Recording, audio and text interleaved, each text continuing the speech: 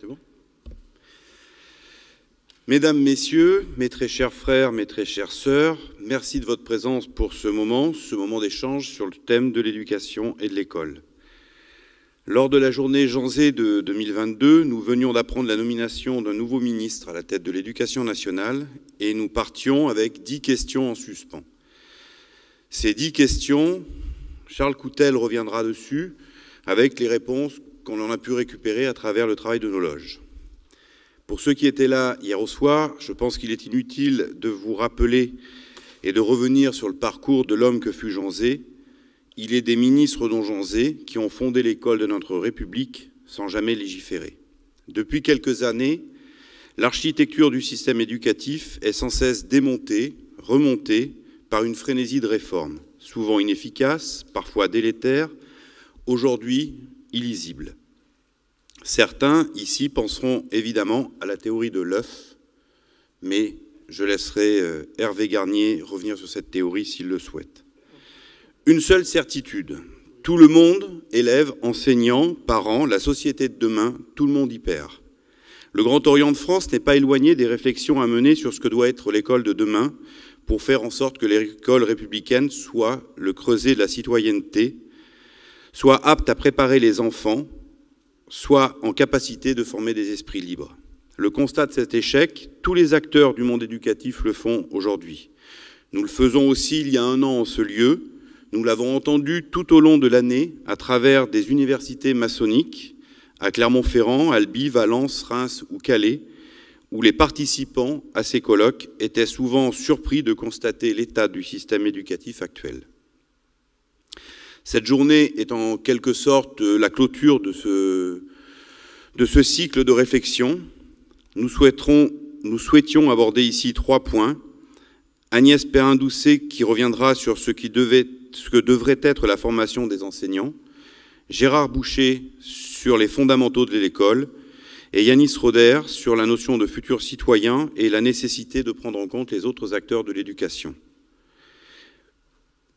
Notre timing, on va dire, on est parti sur un format d'une 15 minutes pour chacun des intervenants. Vu la chaleur qu'il fait, on va essayer de tous tenir bon. Donc je vais laisser la parole à Charles Coutel pour revenir sur ces fameuses 10 questions que l'on avait laissées en suspens l'année dernière. Tu as la parole, Charles. Merci. Près du micro. Oui.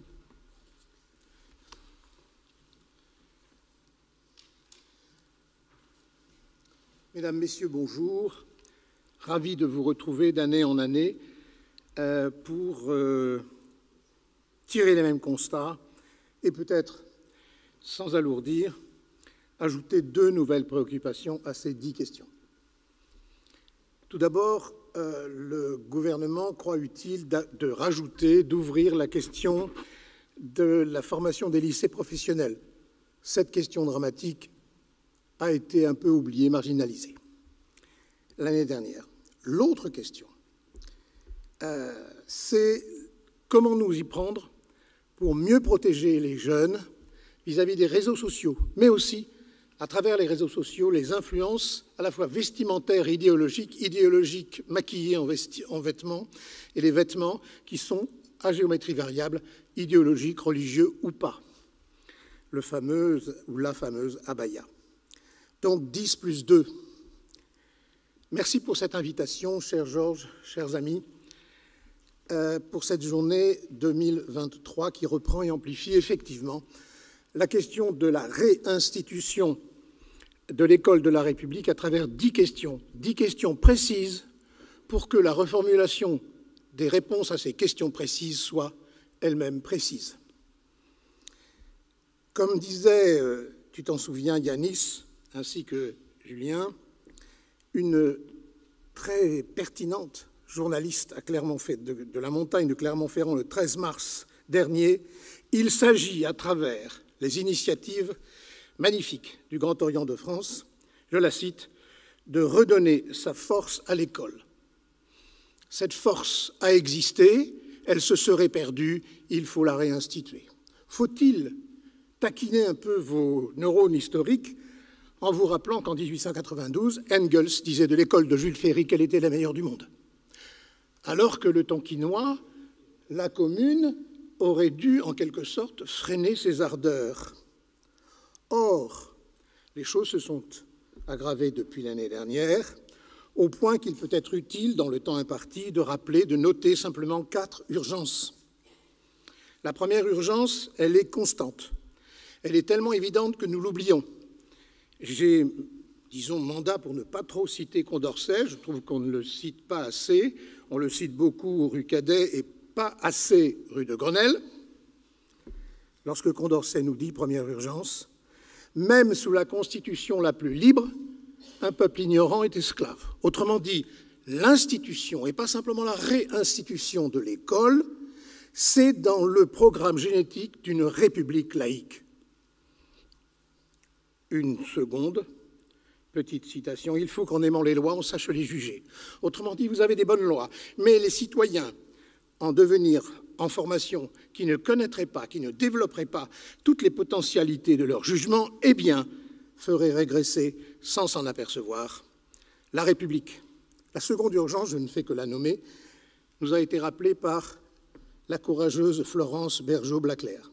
Il existe aujourd'hui un danger entriste islamiste dans notre pays.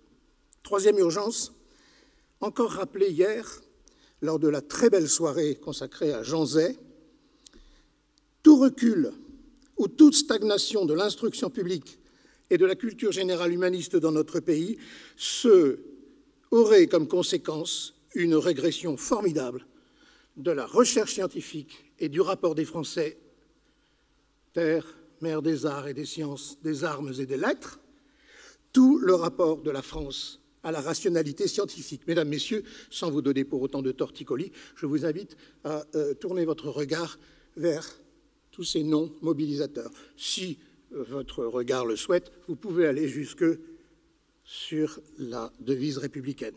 Pourquoi cette devise républicaine correspond-elle à cette troisième urgence? Parce que, tout simplement, en 1848-1849, le Grand Orient de France et la République ont en quelque sorte consacré leur mariage de raison et de cœur.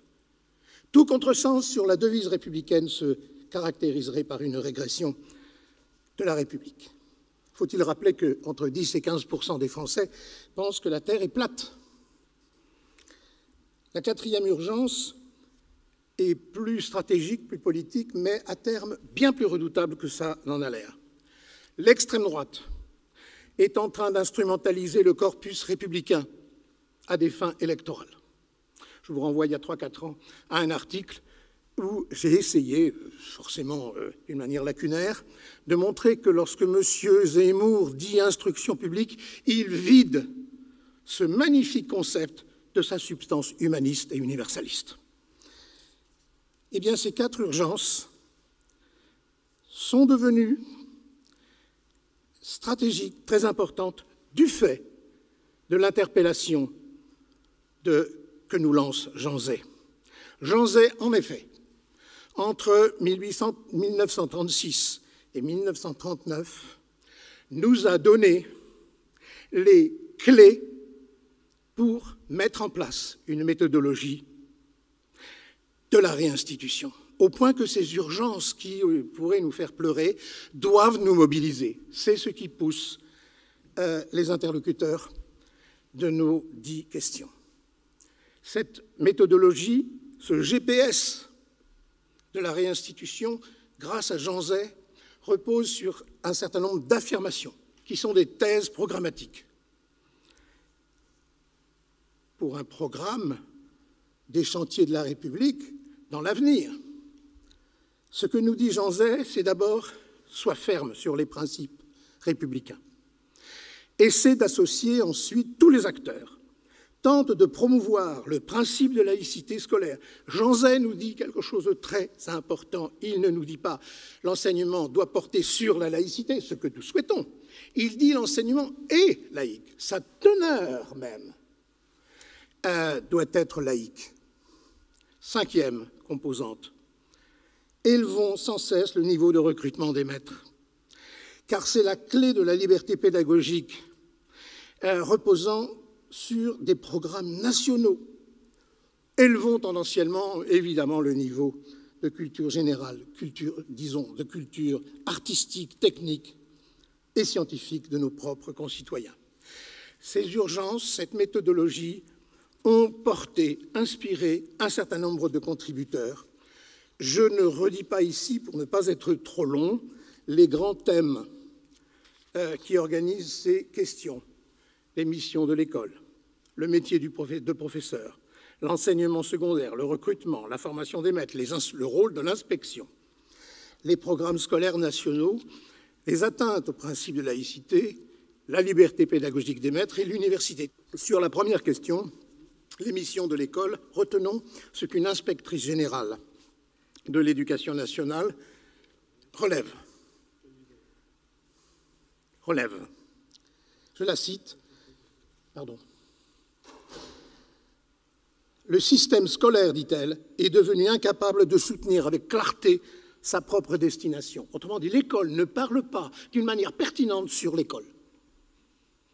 Elle cherche toujours ailleurs qu'en elle-même les raisons de se justifier.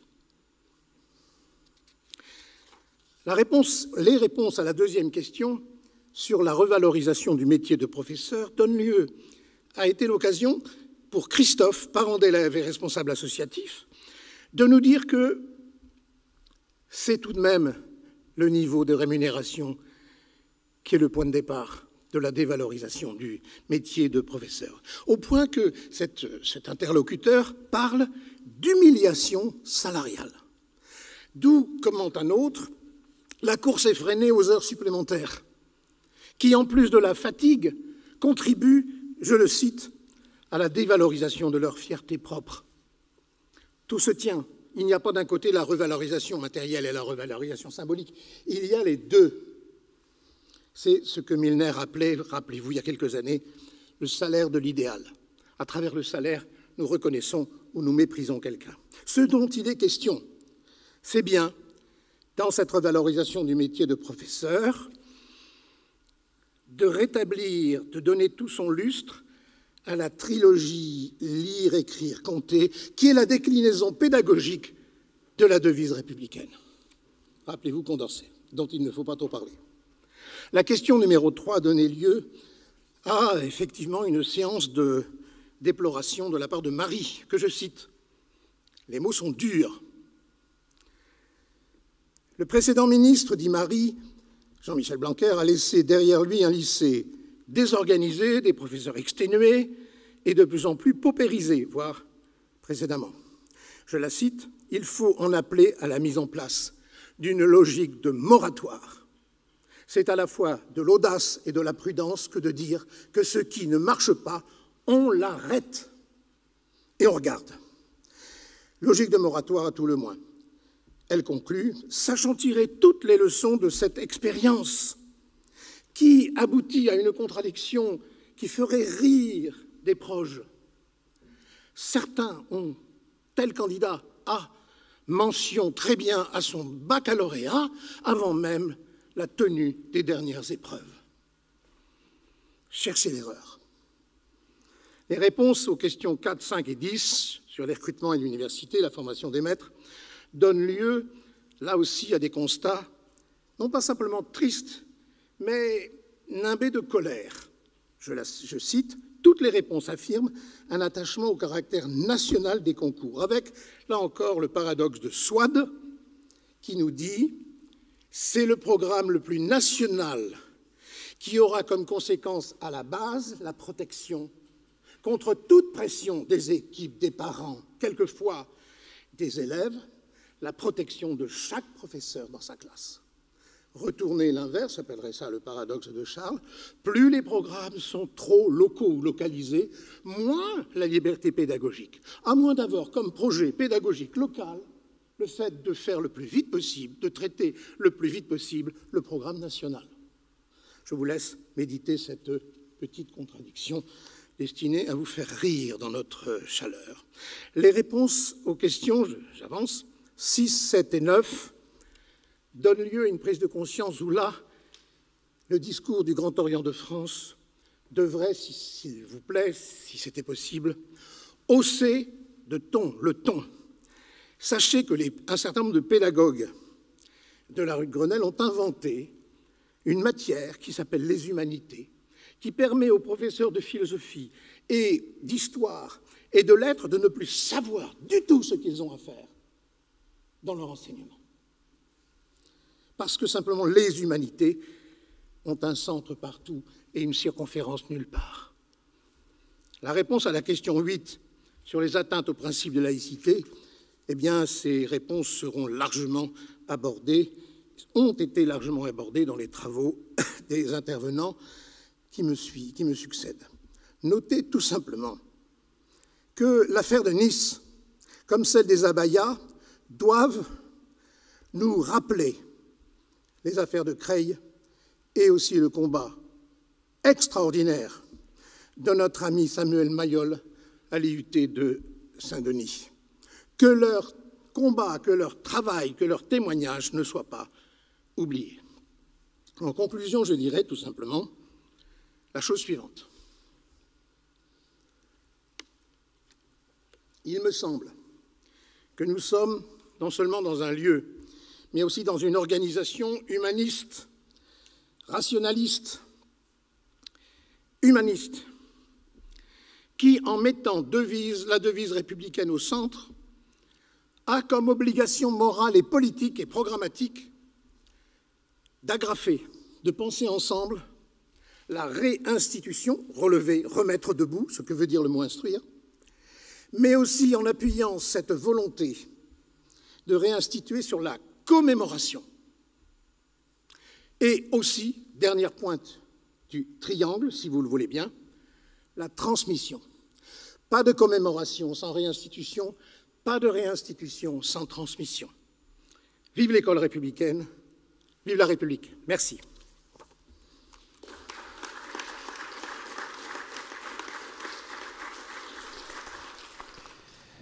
Alors, merci Charles pour ce résumé des 10 réponses à nos fameuses 10 questions, hein, ce travail qui nous a occupé pendant une année maçonnique.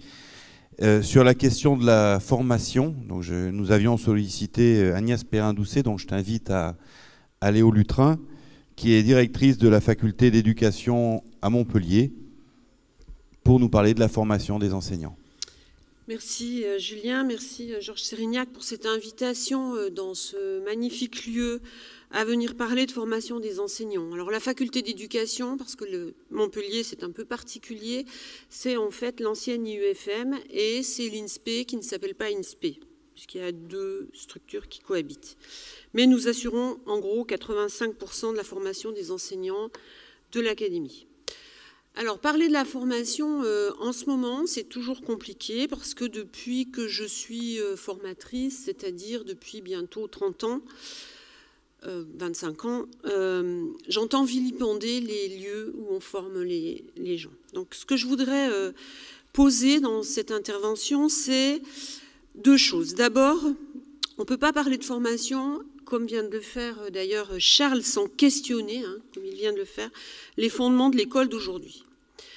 Bien sûr, et je partage une grande partie de ce qu'a dit Charles Coutel tout à l'heure, je partage cette idée magnifique de Jean Zay de réinstituer l'école de la République, il y a quand même bientôt 100 ans, mais je pense qu'on ne peut pas penser l'école du XXIe siècle à l'aune complète des siècles passés. Pourquoi ? Premièrement, la société a évolué, le niveau culturel de la population a augmenté. Il y a pratiquement plus d'analphabètes dans notre société. Il y a encore des illettrés, c'est-à-dire des gens qui n'ont pas une maîtrise suffisante de la lecture pour parvenir à un usage culturel et cultivé. Mais il n'y a pratiquement plus d'analphabètes, en tout cas pas chez les enfants qui ont appris à lire à l'école. Ça, c'est déjà une fausse idée qu'il faut combattre. En revanche, il y a effectivement parfois une difficulté à penser. On y reviendra.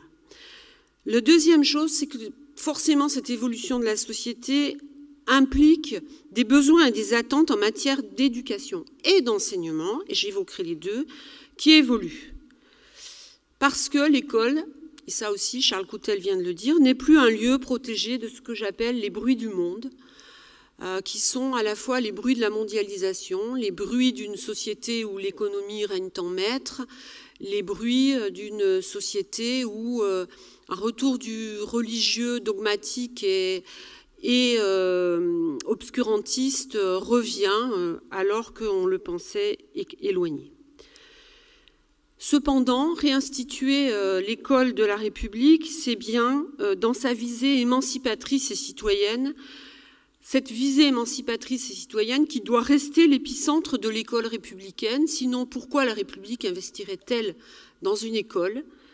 On pourrait la laisser au privé si on ne visait pas une visée émancipatrice indispensable à la construction de la citoyenneté. Donc, il faut effectivement réinstituer l'école de la République et il faut la réinstituer au sein de la formation des maîtres. Je vais essayer d'évoquer aussi cette crise de l'école très rapidement, parce que j'ai peu de temps, mais je pense que pour comprendre mes propositions pour la formation des enseignants, il faut passer par là.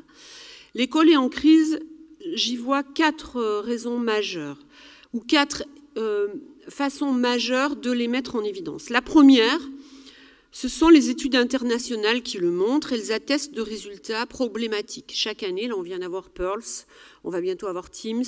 Pearls, c'est la lecture chez les jeunes élèves. Teams, ce sont les mathématiques. PISA, c'est un ensemble plus vaste chez les collégiens, les jeunes collégiens. Depuis les années 2000, chaque fois qu'on évoque ces résultats, on entend un concert de lamentation parce que les résultats sont mauvais. Et effectivement, par rapport aux pays voisins, au même niveau d'industrialisation que le nôtre, les résultats sont moins bons.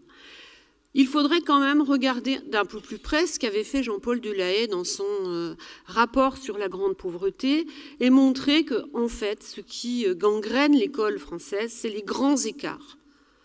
Les meilleurs élèves sont encore en France et les élèves, je parle des sociétés industrialisées évidemment, les élèves les plus en difficulté sont aussi en France. Voilà. Deuxième difficulté, je suis très attachée à l'école de Jules Ferry et je suis très attachée à cette lettre de Jules Ferry aux instituteurs qui est connue, dont les politiciens s'emparent parfois, mais je pense qu'on ne pourrait plus l'écrire aujourd'hui, cette lettre. Pourquoi ? Parce que Jules Ferry disait qu'un bon maître ne devait pas enseigner quelque chose et faire quelque chose qui choquerait la morale d'un bon père de famille. Aujourd'hui, quel que soit le maître, il choquera une partie des parents de ses élèves. Le troisième point, et qui pour le coup en tant que directrice d'une composante qui forme des enseignants m'affecte particulièrement, c'est la désaffection du métier. Alors, désaffection en mathématiques, ça c'est connu depuis longtemps, mais on se dit « oh, les maths c'est compliqué, c'est spécifique ». Désaffection en sciences physiques, ce qu'on ne dit pas, c'est la désaffection dans ma discipline, en lettres. Cette année, 755 postes ouverts au concours, 760 admissibles. Voilà. Pourquoi ne dit-on pas que nous n'avons plus de profs de français dans les médias? Je vous pose la question, vous avez la réponse.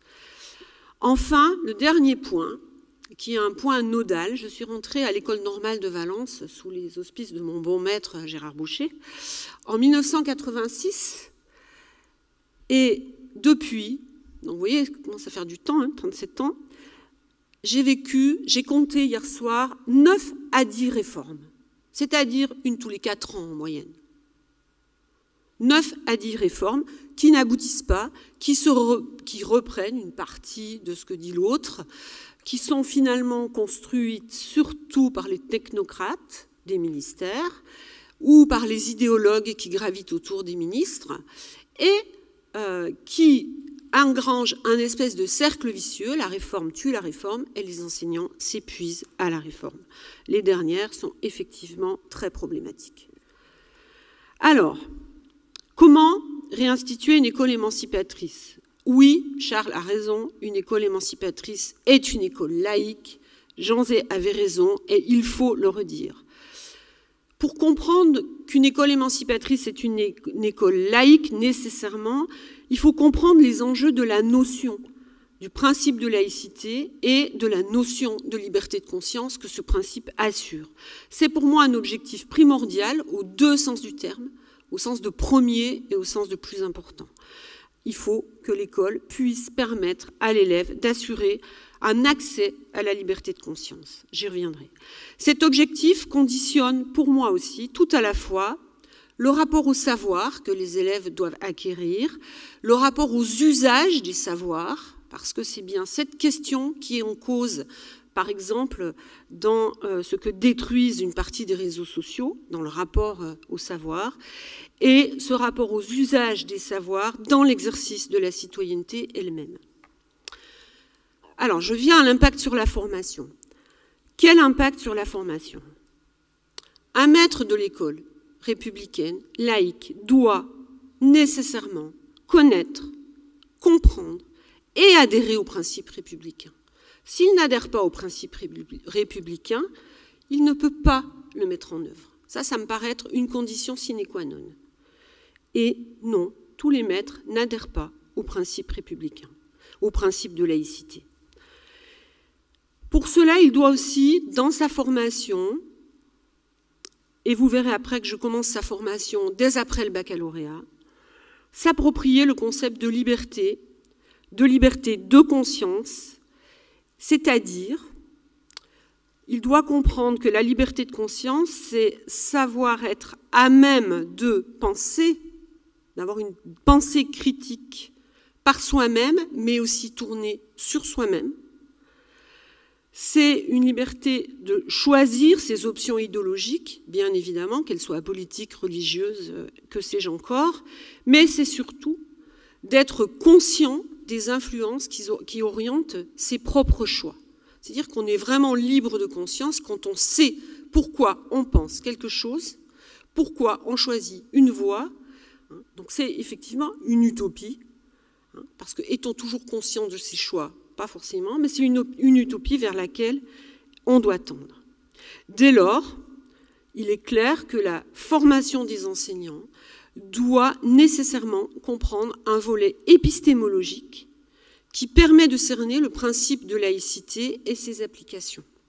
L'histoire, la connaissance politique et juridique, pour l'instant, la connaissance historique de la laïcité, du principe de laïcité, est plutôt enseignée dans la formation des enseignants. Par contre, sa connaissance politique et juridique, beaucoup moins.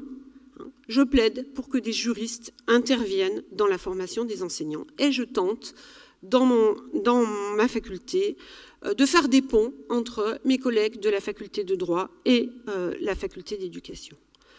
Enfin, il faut aussi qu'ils soient capables d'avoir une actualisation critique des problématiques dans un contexte contemporain, dans le contexte de formation de leurs élèves.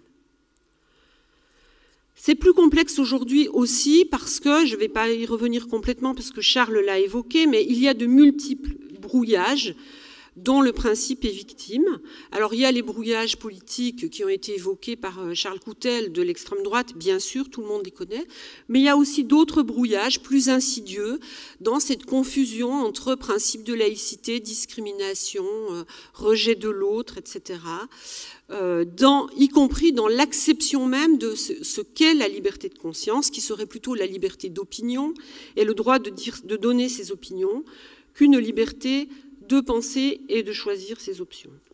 Enfin, il y a des confusions qui émanent de ce principe, de cette transformation du principe de laïcité entre les manifestations d'une opinion, de l'exercice de la liberté de conscience, je viens de le dire, entre savoir et croyance, entre information et désinformation. Et effectivement, il y a lieu de s'interroger sur la place de l'enseignement autour et avec le numérique.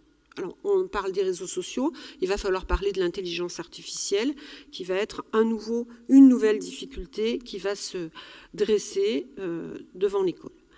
Enfin, le dernier point de la complexité, c'est ce que j'ai dit aussi tout à l'heure, c'est la mondialisation et la multiplication des réseaux et surtout de la vitesse de communication. Donc la formation des enseignants doit être une formation émancipatrice pour l'enseignant comme pour les élèves. Donc, elle doit, et là je rejoins complètement Charles Coutel, elle doit permettre un accès au savoir autant qu'au sens des savoirs. C'est tout le contraire d'une formation techniciste vers laquelle on voudrait toujours faire tendre la formation des enseignants.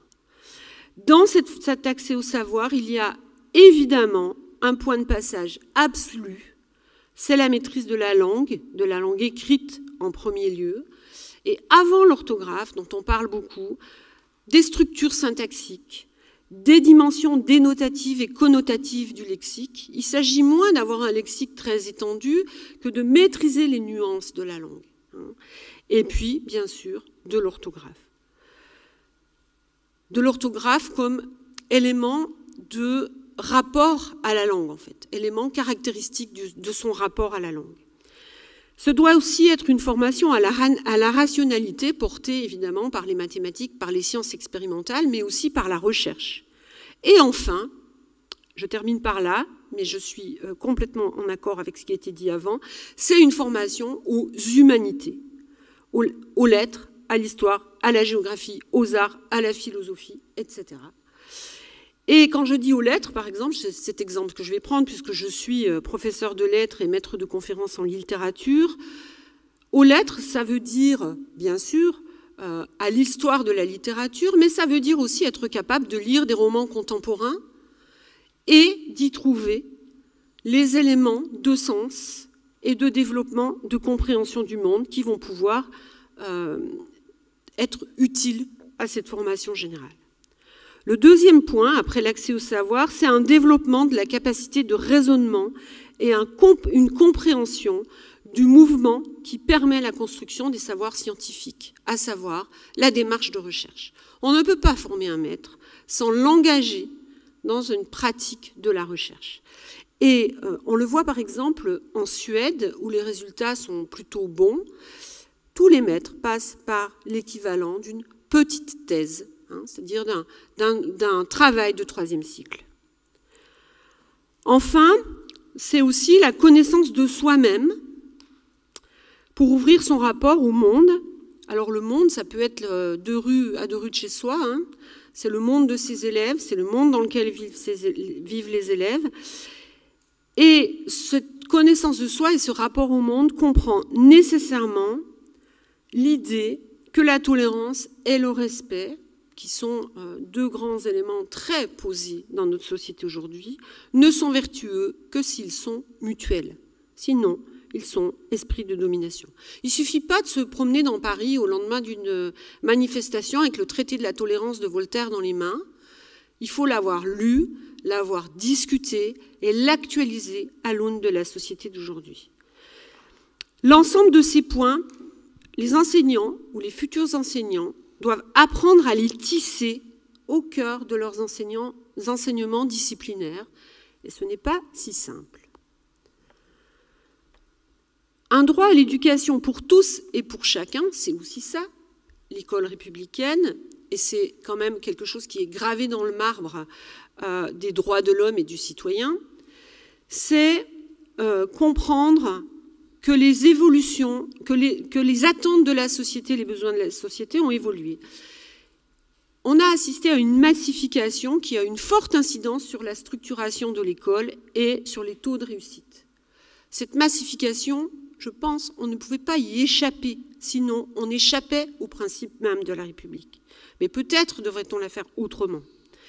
Cette massification a éloigné la mise en exergue des élites. Elle les a rendus moins visibles. Donc, elle rend la population plus en difficulté dans son rapport à l'école. Mais aussi, les exigences de chaque groupe social vis-à-vis de l'école ont augmenté.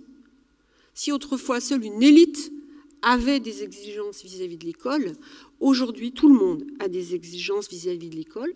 Pas nécessairement pour un projet de faire du commun, qui est le projet d'une école émancipatrice, mais pour un projet d'une réussite individuelle. Et ça, ce sont des éléments sur lesquels on doit s'appuyer pour les combattre et faire évoluer le rapport des élèves à l'école.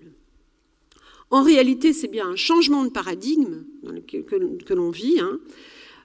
Et pour pouvoir entrer dans ce nouveau paradigme, il faut, à mon sens, 3 choses. Sortir l'éducation nationale de son ancrage politicien pour ramener du politique au cœur de l'école, parvenir à un consensus national, alors on n'est pas arrivé, sur les missions prioritaires de l'école, émancipation, mission prioritaire, et avec l'émancipation, nécessairement la promesse d'égalité en passant par la fraternité. Et le dernier point, tisser enseignement et éducation. C'est pour ça que je n'utilise pas le terme d'instruction. Le terme d'instruire me paraît être aujourd'hui plus difficile. Pourquoi à utiliser? Pourquoi? Parce que l'éducation n'est plus l'affaire de tous aujourd'hui dans notre société. Et l'éducation n'est même parfois plus l'affaire de quelques familles, soit parce qu'elles sont trop en difficulté pour y parvenir, soit parce qu'elles-mêmes ont un rapport à l'éducation qui est compliqué.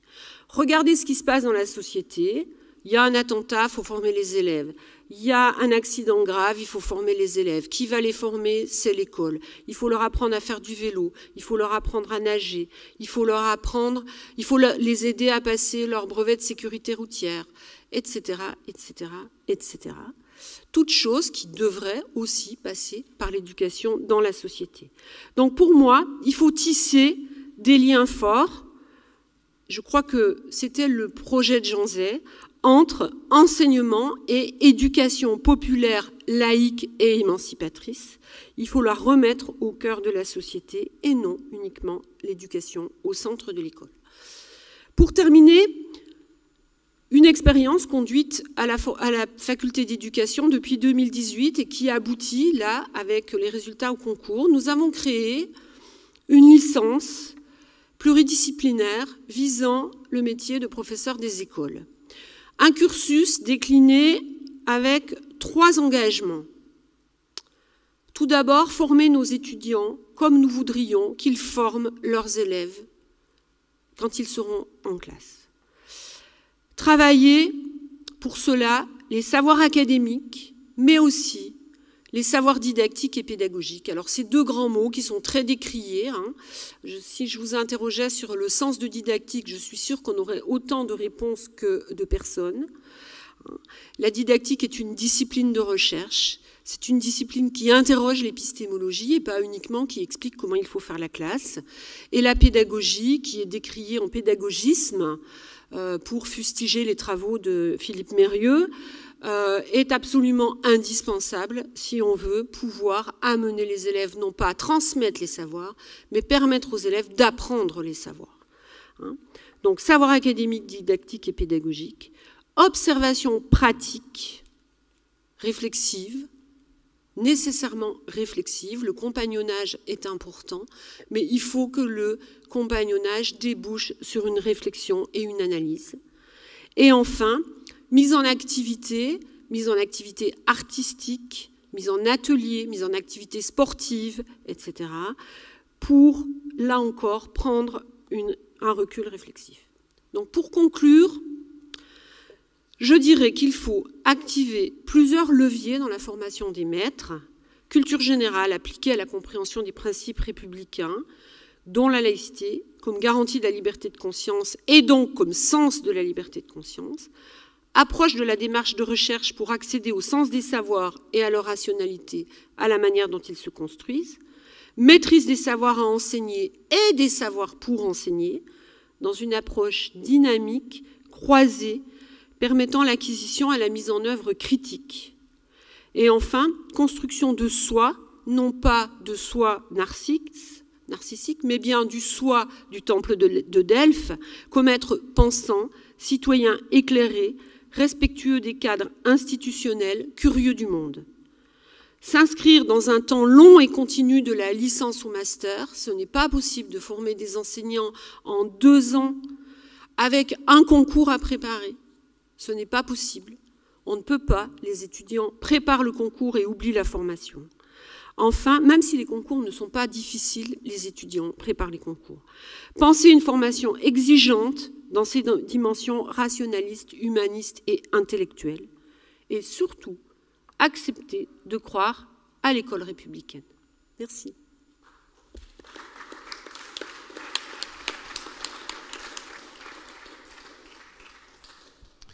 Je te remercie pour ce propos donc, sur la formation, et si tout le monde a bien suivi, celui qui t'a formé est présent parmi nous et je vais lui laisser la parole. Donc Gérard, je t'invite à nous parler des fondamentaux.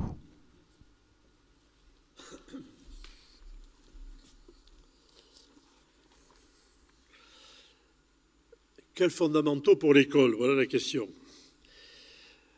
Alors, je partirai de l'idée, viser la réinstitution de l'école républicaine nous oblige à poser et à résoudre 4 questions fondamentales. Je les ramène à 4. La première, qui est fondamentale, est la suivante.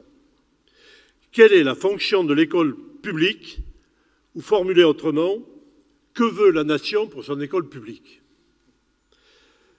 L'école a-t-elle pour objet de fournir la main-d'œuvre physique et intellectuelle réclamée par l'économie libérale dominante, ou veut-elle former, dans la continuité du projet de ses fondateurs, les citoyens d'une libre république?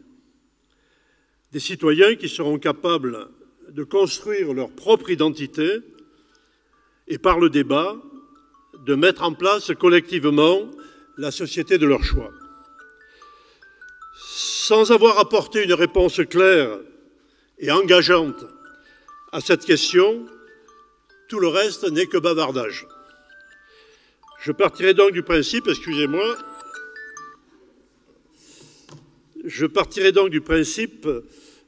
qui ne fait pas débat entre nous, que l'école que nous voulons est bien celle que proposait déjà Condorcet dans ses rapports à la Convention. L'école doit préparer le citoyen de demain. La deuxième question, c'est dans cette perspective, quels sont les savoirs et les méthodes que l'institution scolaire devra permettre d'acquérir? De quoi doit-on instruire la jeunesse? Troisième question, quelles compétences devront présenter les personnels chargés de ce travail? Agnès l'a largement développé. Et enfin, quelles sont les institutions nécessaires pour fournir un cadre adéquat à ce travail? On m'a proposé de me concentrer sur la deuxième question. Quels sont les savoirs et les méthodes que l'institution scolaire doit permettre de développer? Il me semble qu'il y a 2 niveaux de réponse à apporter à cette question. Il va de soi que le premier objectif est de fournir aux jeunes générations les connaissances élémentaires qui sont nécessaires pour se soustraire à la dépendance qui est celle de l'ignorant. Savoir lire, écrire, compter est évidemment le premier matériel dont doit disposer celui qui est destiné à atteindre la liberté d'être lui-même. Si j'étais directeur de l'enseignement primaire, je me proposerais comme but unique d'apprendre à lire à tous les Français. C'est Alain qui écrit ça à propos sur l'éducation, insistant par là sur la place prépondérante que doit avoir l'aptitude à lire, c'est-à-dire à être capable de rencontrer et de comprendre les grands textes, les grandes œuvres qui ouvrent l'esprit au sens de l'universel. Je dis bien lire et pas seulement déchiffrer. En effet, tant que l'esprit est occupé à former les mots, il laisse échapper l'idée. Une lecture annonnée n'est pas une lecture. Il faut apprendre à lire comme un musicien exercé lit la musique de manière fluide, souple. C'est encore Alain qui parle. Il en va de même pour l'écriture. Encore Alain, en parlant, on use sa pensée. En écrivant, on la renouvelle, dit-il. Lire et relire, réciter encore, mieux encore, écrire. Non point vite, mais au contraire avec la précaution d'un graveur. Copier des formules pleines, équilibrées. Voilà un travail heureux assoupli qui fait le nid pour l'idée. Savoir écrire, c'est non seulement pouvoir communiquer, mais c'est se rendre maître de sa propre pensée en lui donnant une forme que l'on pourra travailler encore, pour la rendre plus précise et plus riche. On pourrait tenir les mêmes propos à propos du calcul et des exercices mathématiques, parmi lesquels le calcul mental doit retrouver une place qu'il a perdue depuis longtemps.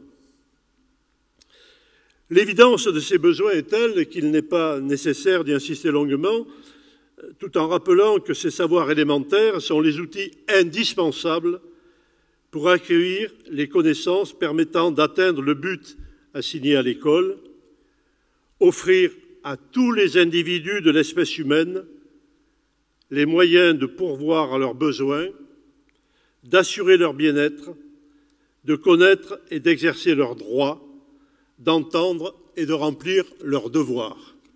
Vous avez reconnu Condorcet.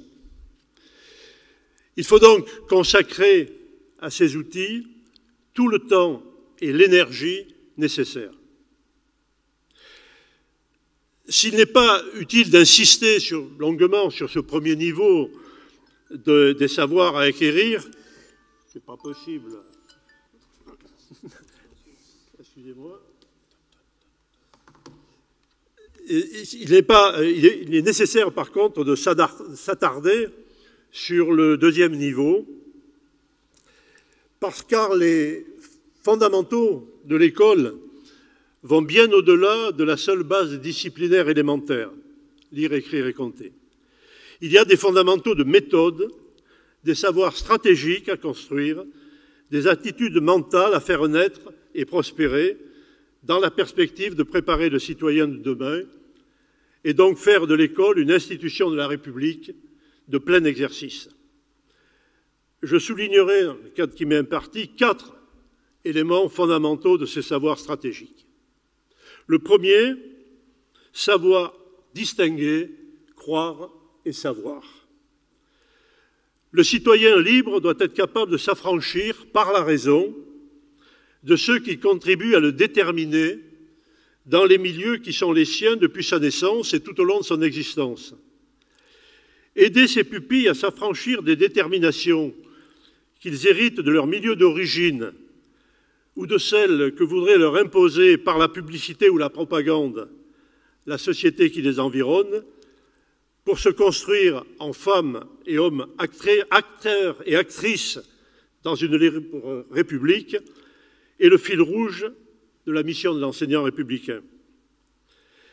Dans cette perspective, on ne soulignera jamais assez le rôle spécifique de l'école, qui est de fournir les principes de déchiffrage, de contrôle et d'intelligibilité des informations que délivrent aujourd'hui nombre de sources aux qualités parfois contestables. La multiplication des réseaux sociaux ouvre en effet l'accès à une masse de données informatives qui, si elles ne sont pas analysées, critiquées, organisées, aboutissent à construire chez nos jeunes une informe pseudo-culture où se confondent, sans se distinguer clairement, informations aléatoires et connaissances véritables. L'apprentissage de la lecture dont parle Alain ne vaut pas seulement pour le texte écrit, mais vaut pour la lecture de l'image, du spot publicitaire, du clip qui accompagne la chanson à la mode ou du post lu sur Facebook. À cet égard, quel que soit le domaine dans lequel on se trouve, c'est l'apprentissage de la distinction entre croire et savoir qui est fondamental et qui doit être au centre des préoccupations de l'enseignant. Apprendre à distinguer ce qui est certain de ce qui est simplement probable ou possible, et bien sûr de ce qui est douteux ou faux, vaut dans tous les domaines de la connaissance, qu'il s'agisse de sciences, d'histoire, d'économie ou d'autres. Voilà un des fondamentaux de l'enseignement public. Il existe 2 modes d'exercice de la pensée, la croyance et le savoir. Ces deux modes ne s'excluent pas. Ils s'exercent chacun dans des champs spécifiques. La savoir a son domaine à l'école, la croyance trouve le sien dans les communautés spirituelles ou les lieux de culte. La croyance n'est pas disqualifiée par le savoir. Elle a ses objets propres. Dès lors qu'elle est consciente de ce qu'elle est, elle dispose d'une évidente légitimité. L'essentiel est de ne pas confondre entre eux les modes d'exercice de la pensée et les lieux où ils s'exercent. On peut croire si l'on sait qu'on croit.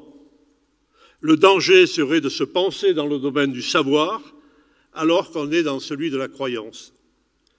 Cette éducation est d'autant plus nécessaire aujourd'hui que le développement du numérique, en permettant l'accès à de multiples informations par le biais d'Internet, des réseaux sociaux, des tablettes ou simplement du téléphone, met en concurrence la parole de l'enseignant avec des données aux sources parfois tout à fait incertaines. Que vaut la parole d'un maître face à un propos qui, sur Internet, aura reçu des milliers de likes, sans avoir été éduqué à distinguer ce qui relève simplement du démontré de ce qui relève simplement du probable, et donc évidemment de ce qui relève de l'imaginaire ou du virtuel, il est clair qu'il sera difficile de donner à coup sûr le pas à la vérité sur la croyance. Dans ce domaine, l'école de la République est face à un enjeu majeur. Si elle rate cet objectif d'apprendre à identifier clairement ce que l'on croit de ce que l'on sait, se développera une immense confusion dans l'esprit des jeunes et place sera faite pour toutes les mystifications de la pensée. Le deuxième fondamental, à mon sens, désignerait comme savoir questionner. Ce travail qui consiste à passer de la simple information à la recherche du sens et donc à la connaissance véritable, c'est celui de la pensée critique. Fort de la capacité à distinguer, croire et savoir, c'est à exercer un jugement éclairé sur les faits et les hommes que devront être exercés nos pupilles. Un jugement éclairé, c'est-à-dire un jugement qui ferait prévaloir la raison sur la passion, la connaissance sur l'opinion. Pour cela, une exigence, apprendre à interroger le réel, à ne jamais se contenter de l'apparence, de la première impression. Bachelard nous a alertés. Ce fondamental-là est corollaire direct du précédent. Pour distinguer à coup sûr savoir et connaissance, il faut apprendre à questionner, à interroger, à demander des comptes, à ne rien considérer comme allant de soi et à construire la réponse aux questions qui se posent. C'est un apprentissage difficile à conduire. Faire percevoir à l'enfant qu'il devra et donc qu'il pourra un jour réellement se passer de maître, à condition d'être lui-même l'auteur de ses pensées, lui apprendre à renoncer à l'illusoire sécurité du « c'est vrai parce que c'est le maître qui l'a dit », au bénéfice du « c'est vrai parce que je l'ai compris », est un exercice difficile. Pour parvenir à l'enseignement doit donc viser à apprendre aux futurs citoyens à user de sa propre raison critique pour devenir capable de se guider sans tuteur. L'art du pédagogue est fait de la capacité à être là, mais aussi à s'effacer pour permettre à son élève de devenir son propre maître. Pour parvenir à ce résultat, il doit fournir à chacun et à chacune les outils intellectuels et cognitifs de sa libération. Pas de dogme indiscutable, mais des savoirs toujours susceptibles de se voir librement remis en question. Pas de catéchisme, fût-il baptisé citoyen ou républicain, mais une réflexion sur le sens, la citoyenneté, ses droits et ses devoirs. Autrement dit, en termes plus modernes, pas de gourou, de directeur de conscience, de conducator, de fureur, de petit père des peuples, de leaders maximaux, mais toujours des questions, des demandes d'explications, des arguments échangés. Le maître laïque n'a pas pour mission d'enseigner, de forger, de formater ses pupilles. Il a pour mission de les accompagner dans leur formation, de telle manière qu'il puisse, le moment venu, se passer de lui. À cet égard, qu'il soit permis de regretter la transformation des instituteurs en professeurs des écoles. Si ce changement de terminologie marque la reconnaissance d'une égale dignité entre les enseignants du premier et du second degré, il suggère un changement dans la définition de leur mission qui me semble extrêmement préjudiciable à une bonne compréhension de ce que doit être un enseignement instituant. En effet, si un instituteur a pour mission d'instituer, un professeur a pour fonction de professer, c'est-à-dire, selon la définition classique des dictionnaires, de déclarer hautement un savoir déjà constitué. L'enfant doit apprendre à dominer même l'enseignement qu'il reçoit, nous dit Jaurès. La parole du maître ne doit jamais devenir l'alibi de la paresse intellectuelle. Pour faire image, je dirais que le maître ne doit pas d'abord apporter des réponses, mais apprendre à poser des questions. Cette tâche a une ampleur qui exige chez les enseignants des qualités particulières et une solide conscience de leur mission. À ces deux fondamentaux, distinguer et croire et savoir, apprendre à poser des questions, j'en ajoute deux autres qui me semblent nécessaires pour encadrer ce que devront être les programmes d'enseignement d'une école républicaine. Le premier, faire prendre conscience qu'une connaissance ne doit pas être tenue pour quelque chose de fait, d'achevé, mais toujours quelque chose en train de se faire et qui devra toujours être réexaminé, revisité, repensé. Un savoir n'est jamais acquis. Il est toujours en construction. S'il s'arrête d'évoluer, il se fige, il dépérit. J'entends par là que l'un des fondamentaux de l'éducation républicaine, c'est de faire prendre conscience que nos connaissances, nos pratiques, l'état de nos mœurs, de nos pensées, tout cela s'inscrit dans une histoire et que ce que nous vivons, ce que nous connaissons aujourd'hui, n'est pas la fin de cette histoire. Prendre conscience que, appuyé sur le passé, il y a un avenir du savoir à construire et que cet avenir se construit par le travail, la réflexion toujours renouvelée. Il faudra donc s'attacher à faire comprendre la complexité de l'histoire des hommes, à en faire percevoir les contradictions au travers desquelles se construit le progrès. Il ne faudra point se contenter d'énoncer et de juger les faits passés à la lumière des idées d'aujourd'hui. Il faudra toujours faire comprendre que les choses ne sont jamais simples et univoques, que l'histoire se fait de manière complexe, parfois chaotique et contradictoire. Il faudra notamment faire comprendre que changer les choses n'est pas nécessairement détruire ce qui était auparavant, mais réaliser ce qu'il y avait de potentialité dans ces états qu'il convient de dépasser. Il ne s'agit pas de faire table rase de ce qui a précédé notre époque et qui pourrait être tenu pour des erreurs ou des superstitions. L'ignorance, ou pire, la destruction des marques du passé, sont des fautes qui privent de la possibilité de comprendre comment, par quelles étapes, l'humanité peut s'élever dans la connaissance. Déboulonner les statuts est une faute contre l'esprit. Le quatrième pilier, qui doit être présent à l'esprit de ceux qui auront à définir les contenus, les fondamentaux de l'école réinstituée, c'est la nécessité de remettre les connaissances au cœur du dispositif. Certains pédagogues ayant pignon sur rue ont tenté de nous faire croire que le dernier mot de la pédagogie était dans l'adaptation des enseignements au désir de l'enfant. À ceux qui expliquent que ce sont les savoirs qu'il faut mettre au centre, on pourra toujours opposer que des savoirs ni désirés ni appropriés sont des savoirs morts, écrit l'un d'eux. Vous avez reconnu les propos de Philippe Mérieux. Le maître ne serait plus le médiateur entre les connaissances indispensables à l'exercice d'une pensée libre et les enfants qui doivent construire cette liberté. Il devrait se mettre à l'écoute des élèves pour les accompagner vers les savoirs supposés significatifs pour eux, mais qui risquent évidemment de les enfermer dans la limite de leur seul désir conscient. Il est clair qu'une telle proposition met à mal l'idée même d'une école de la République et qui doit être universelle, à la fois parce qu'elle s'adresse à tous sans distinction et parce qu'aucun des futurs citoyens, quelle que soit sa destinée personnelle, ne peut être privé a priori d'un domaine quelconque du savoir, sous prétexte qu'il n'est pas spontanément attiré par ce savoir. L'idée de projet éducatif territorial, si elle vaut pour inciter les équipes pédagogiques à penser les méthodes d'apprentissage adaptées à la spécificité de chaque public scolaire, ne vaut pas pour définir les fondamentaux de l'action éducative qui doivent rester les mêmes dans toutes les parties du territoire de la République.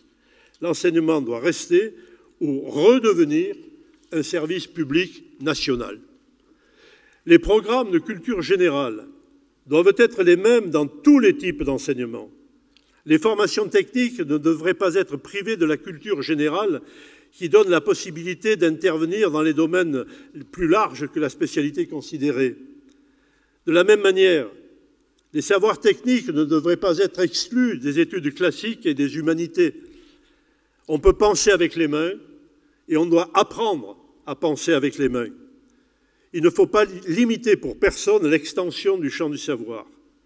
S'il n'y a donc pas de savoir ayant une valeur supérieure à une autre, il n'y a pas de hiérarchie qui classerait les savoirs en distinguant ce qui aurait un intérêt supérieur pour les uns et une valeur secondaire pour les autres. Connaissances générales et connaissances techniques définissent des champs spécifiques, mais elles sont les unes comme les autres indispensables à l'épanouissement personnel. Ainsi, au-delà des savoirs élémentaires, lecture, écriture, calcul, aucun domaine de la science, de la technique et de ce que l'on nomme les humanités ne peut être interdit ou fermé à qui que ce soit.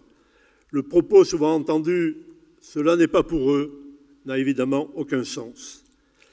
Tout le système proposé doit en effet vider à ce qu'aucune dépendance ne vienne priver le citoyen de sa liberté et de l'égalité à laquelle il a droit. Il faut donc qu'il puisse accéder à tout ce que le génie humain peut avoir construit comme connaissance, que cela soit spontanément désiré ou non. À partir de là se pose la question fondamentale, quel maître pour faire vivre cette école? Et Agnès nous l'a abondamment développée. Cette question est centrale. N'oublions jamais que c'est 2 ans avant les grandes lois laïques, 81-82, que les fondateurs de l'école publique s'attaquent au problème de la formation des maîtres. La loi de 79 fait obligation aux départements de créer des écoles normales. Et la loi de 81 porte sur les titres de capacité dont devront disposer les futurs enseignants. On se préoccupe de la formation des enseignants avant de rendre l'éducation obligatoire. Il s'agit donc de faire un corps enseignant, déclare Ferry au Sénat. Le métier d'enseignant est un métier qui doit s'apprendre. Et pour remplir les objectifs fixés, il nous faut des maîtres qui maîtrisent au plus haut niveau possible les objets supports de l'enseignement. Ils doivent donc être armés scientifiquement, conscients des objectifs qui sont ceux de l'investissement éducatif de la nation.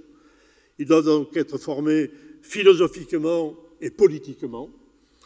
Et enfin, capables d'inventer des situations d'apprentissage les plus adaptées pour accompagner leurs pupilles dans les apprentissages. Ils doivent donc être formés pédagogiquement. Et l'ancien formateur, le professeur en IUFM, rappelle volontiers que c'est dans des écoles spéciales où collaboreront des chercheurs, armement scientifique, des philosophes, armement idéologique, des praticiens, armement pédagogique, que pourront et devront être formés ces personnels encadrants. C'est un projet politique d'ampleur qu'il nous faut décrire et développer.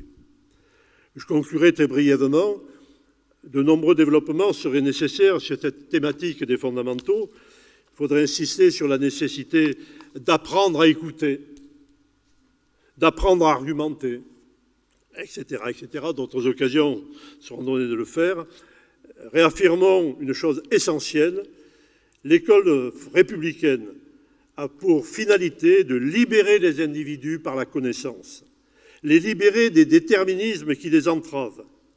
L'école républicaine doit être un antidestin. Elle doit être l'instrument qui permet à chacun, par les connaissances qu'il peut y acquérir, d'être l'auteur de son destin personnel. Je vous remercie.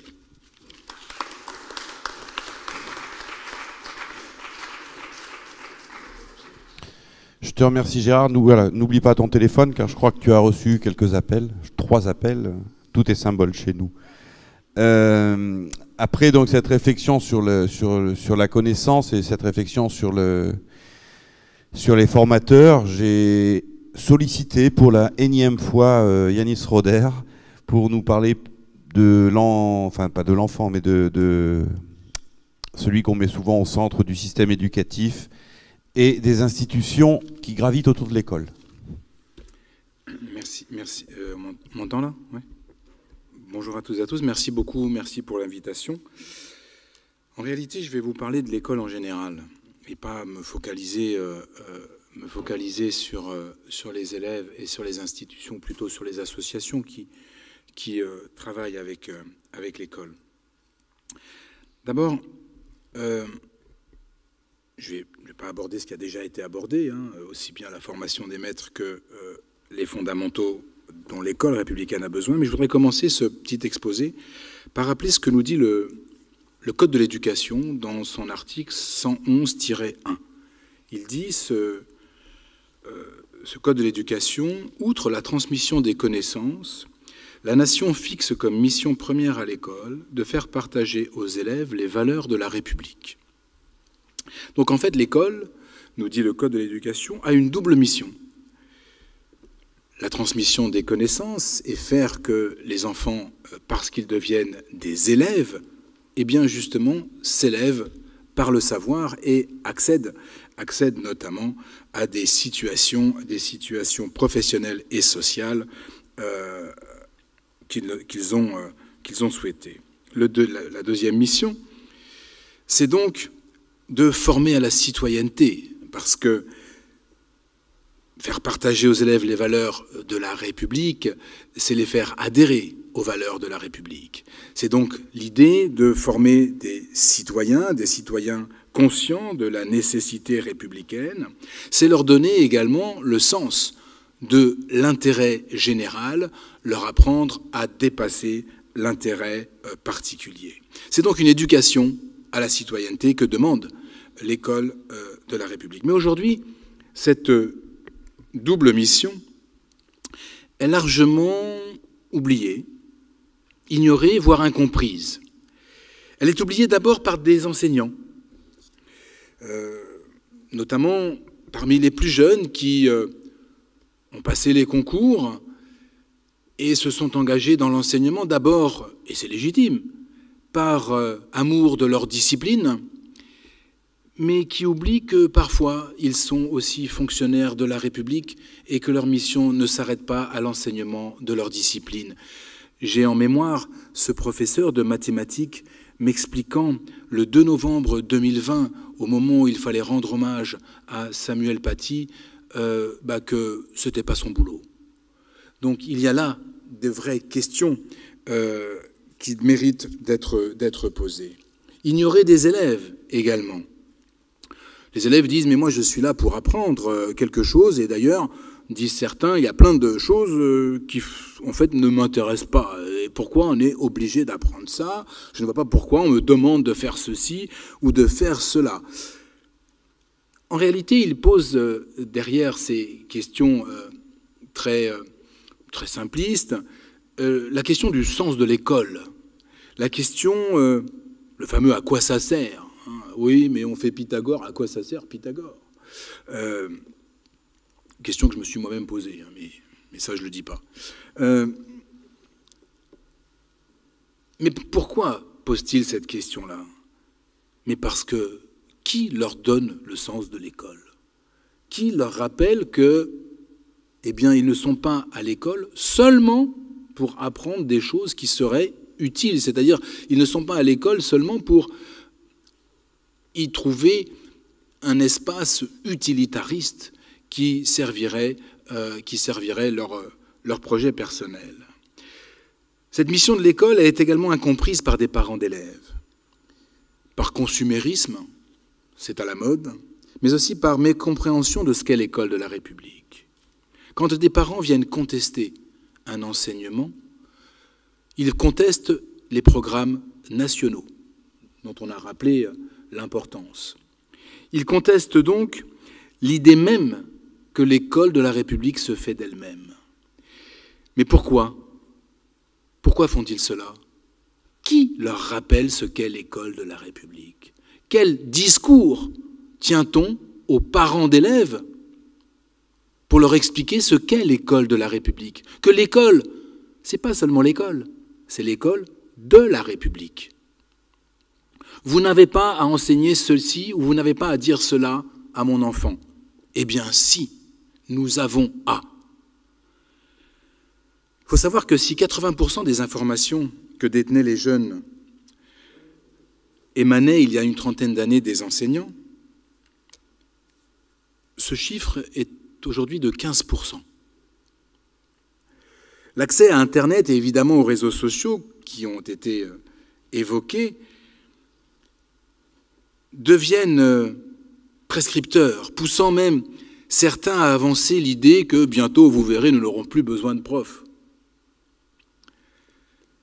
C'est avoir dans l'idée que l'école, finalement, ne serait que le lieu de l'acquisition des connaissances. Tout le reste ne compte pas. Tout le reste disparaît. Et non, ce n'est pas le cas. Ce n'est pas le cas. Il faut donc réinstituer, en commençant par le discours. Par ce discours sur la double mission de l'école. Ferdinand Buisson disait « Le rôle de la République, c'est de faire des républicains ». Et nous savons tous ici que ce rôle, il est confié à l'école de la République. Jean Jaurès disait, dans un discours de mémoire à Castres, le 31 juillet 1904, « Démocratie et laïcité sont identiques ». Que voulait dire Jaurès? Pour que la démocratie fonctionne, il faut des citoyens conscients, de la nécessité démocratique, mais aussi capables de faire des choix individuels et de faire valoir leur libre arbitre. Or, où se construit le libre arbitre, si ce n'est à l'école, grâce au principe de laïcité? En réalité, nous avons tendance, et c'est notamment le cas d'une partie de notre jeunesse, à oublier que tout individu évolue au sein d'une communauté politique. Communauté politique qui s'est constituée et qui implique un modèle de fonctionnement. Nous nous sommes choisis, plutôt nous ne nous sommes pas choisis, pour des raisons qui relèvent de notre propre histoire, un modèle utilitariste au service de l'individu ou de sa communauté particulière, lequel individu serait déterminé ad vitam aeternam par ses appartenances premières. La République, par le biais de l'école, propose l'émancipation. C'est bien sûr là le rôle de l'école, ça a été rappelé. L'essence même de la laïcité, comme le dit la philosophe Catherine Kinsler, c'est cette respiration laïque qui est offerte aux élèves. On apprend aux élèves à construire à l'école le sens de l'intérêt, à acquérir à l'école le sens de l'intérêt général et à construire la République de demain. Alors comment réinstituer l'école de la République? D'abord, et je crois que c'est d'abord une question de volonté politique. Je crois qu'il ne faut plus avoir peur de notre ombre, ne plus avoir peur de ce que nous sommes, ne pas avoir à nous excuser de ce que nous sommes. Comme si affirmer la mission édificatrice et émancipatrice de l'école heurtait l'ère du temps. Cette ère du temps, aujourd'hui, où se développe la sensibilité exacerbée, le respect, le care, qui ont en commun la consécration, en réalité, de l'hyper-individualisme. Nous confondons, me semble-t-il, aujourd'hui, l'autonomie nécessaire à l'épanouissement de l'individu, mais aussi à la construction citoyenne, et la prise en compte et en charge du ressenti de chacun. Or, le rôle de la République n'est ni de flatter le ressenti et la sensibilité de chacun, elle est de construire du commun, en garantissant les libertés fondamentales tout en prenant en compte et en charge, bien sûr, les difficultés du quotidien. Faire République, dit Jean-Claude Michéa, c'est accepter de se défaire d'un peu de soi. Nous avons besoin d'un discours politique volontariste qui remette la République, si je peux me le dire ainsi, au milieu du village. Et ce discours, il est aussi nécessaire au sein de l'école.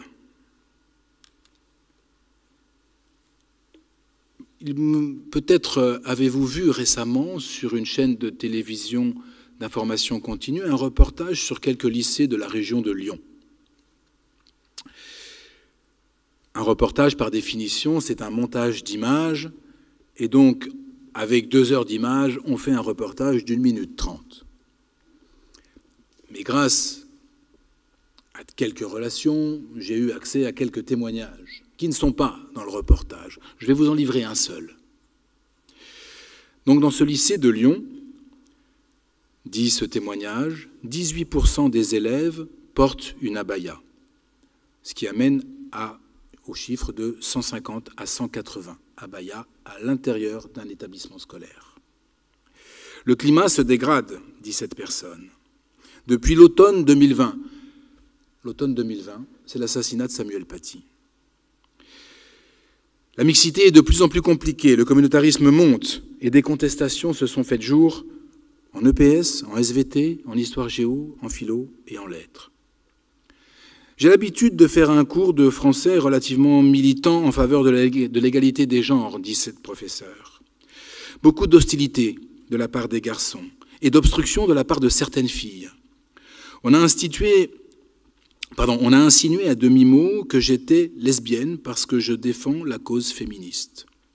Cette année, certaines jeunes filles ont refusé de faire le travail donné sur la Déclaration des droits de la femme et de la citoyenne de Olympe de Gouges au programme du bac de français.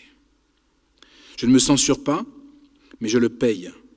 Rien de très grave ni de très violent, mais je suis très souvent obligé de réaffirmer ma légitimité et mon autorité en tant qu'enseignante. L'absence d'un discours ferme au sein de l'institution, par exemple, au sein de cet établissement, et au sein du rectorat, au sein de l'institution, ne peut qu'encourager ce type de conduite et ne peut que fragiliser l'autorité des enseignants.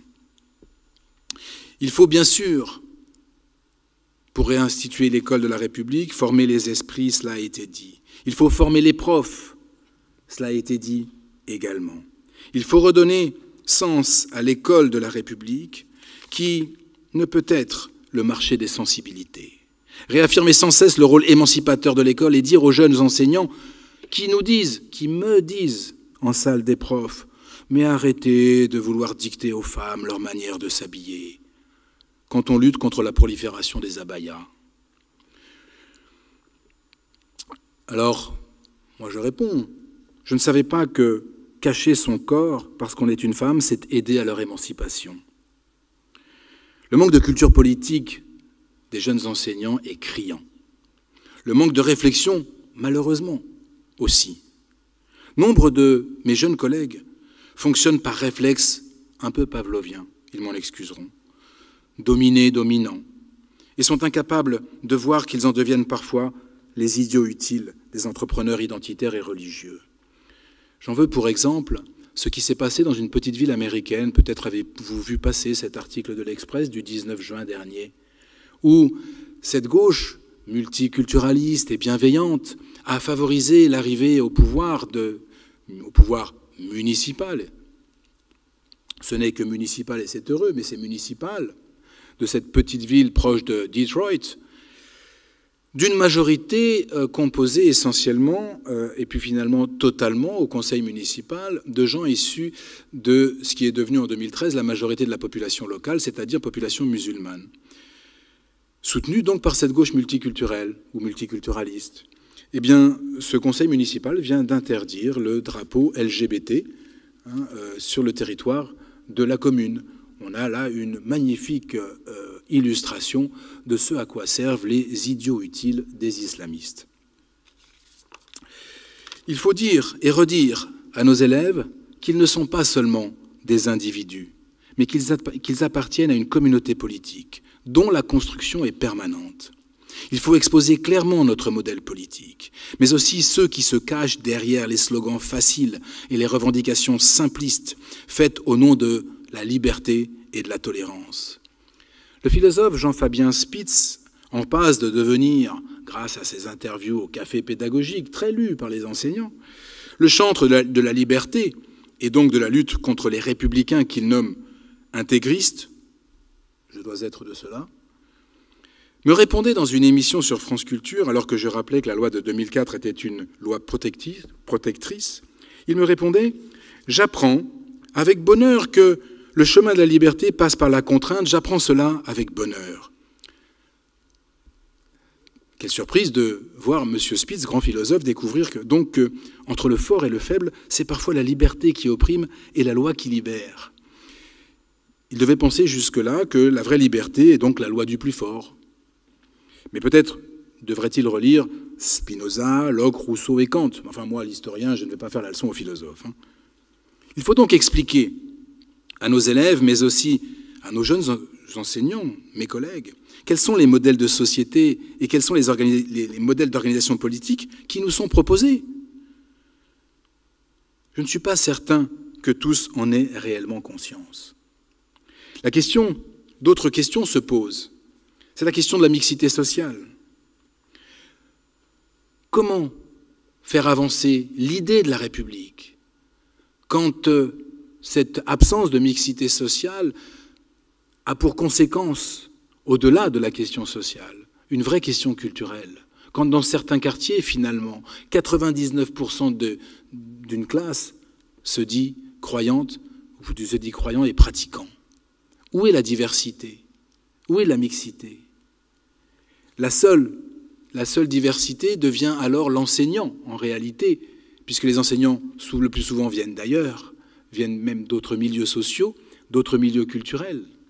Et donc c'est une société du eux ou nous que nous sommes en train, du eux et nous, pardon, que nous sommes en train de construire. Nous les élèves et vous, la République, ou vous les Français, ça dépend. Donc la question de la mixité sociale est une question absolument fondamentale. Cette question de la mixité sociale, elle passe par une volonté politique et par le rôle que doivent jouer les collectivités locales. Cela veut dire qu'il faut aussi sortir des intérêts clientélistes. Intérêts clientélistes dont nous avons, avec l'affaire des abayas, eu une magnifique démonstration. Cela implique, néanmoins, si nous voulons avancer, cela implique de ne pas minimiser les discriminations qui existent et de les prendre en charge le mieux possible, pour ne pas donner prise aux discours victimaires qui émergeront quand même, nous le savons. Nous ne sommes pas dupes, car il s'agit d'une stratégie politique. Mais si la réalité contredit ces affirmations, nous parviendrons plus facilement à démontrer la dimension idéologique du discours. Au-delà des collectivités territoriales, au-delà de la politique au niveau local, ce sont bien sûr les associations de l'éducation populaire qui doivent œuvrer également dans l'école et à côté de l'école pour pérenniser notre modèle républicain.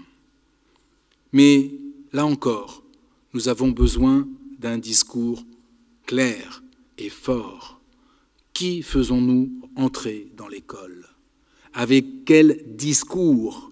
Quand on voit que le 25 janvier 2022, une association islamiste entre dans l'école et va parler d'égalité femmes-hommes à des classes, on se dit qu'il y a un léger problème. Il faut former les chefs d'établissement, il faut qu'ils soient vigilants sur ces questions-là. Pour conclure, je pense que les décennies qui viennent, et vous m'excuserez de ce léger pessimisme à venir, je pense que les décennies qui viennent vont nous amener à l'heure des choix. Car la poussée qui semble aujourd'hui inexorable de la pensée multiculturaliste à l'anglo-saxonne dans la jeunesse finira nécessairement à peser politiquement. Je me permets de rappeler le dernier sondage paru vendredi, sondage de l'IFOP pour Sud Radio. 7% des plus de 65 ans pensent que l'école doit évidemment interdire les abayas. 7% des plus de 65 ans.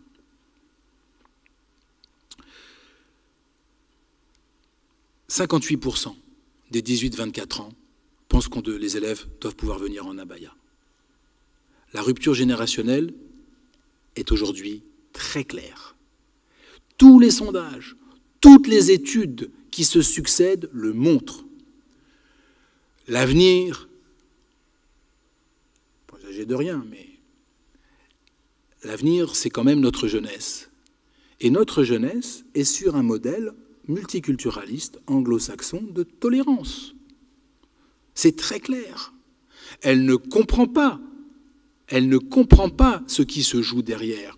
Je vais arrêter, parce qu'il y a un discours public qu'on doit tenir, respectant, on va dire, les us et coutumes, c'est-à-dire je ne vais vexer personne, je ne vais stigmatiser personne.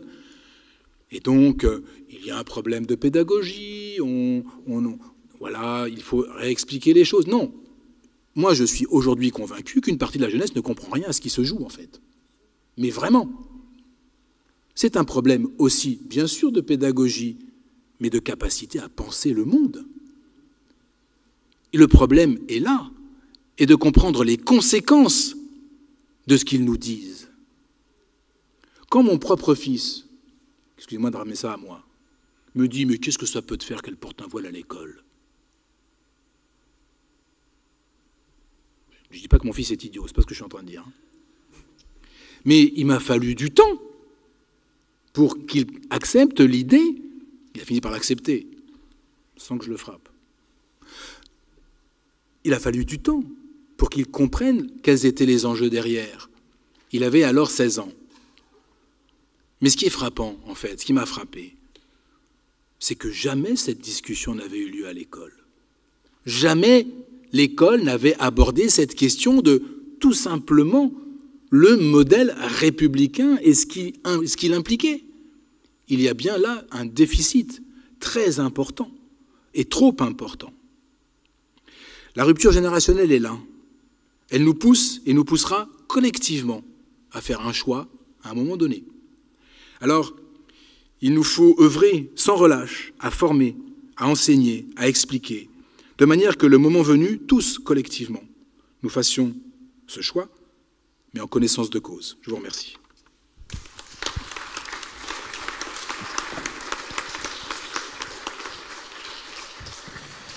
Je te remercie, Yanis. Il n'y avait aucun problème, tu n'as heurté personne, ni on peut avoir des mots complètement libres. Et cette rupture générationnelle, moi je la constate aussi parce qu'on travaille ensemble, tous les deux professeurs, et cette rupture avec les jeunes profs, les jeunes générations d'enseignants, elle est catastrophique. C'est vrai que cette problématique de la laïcité, elle est complètement incomprise par nos jeunes enseignants, enfin très souvent incomprise. Avant que je laisse la parole à Georges Sérignac pour clôturer, on va faire un petit tour de questions. On a un petit moment où je vais me promener avec le micro pour vous laisser poser des questions. C'est toujours la première question la plus compliquée. La théorie de l'œuf ? Si vous y tenez...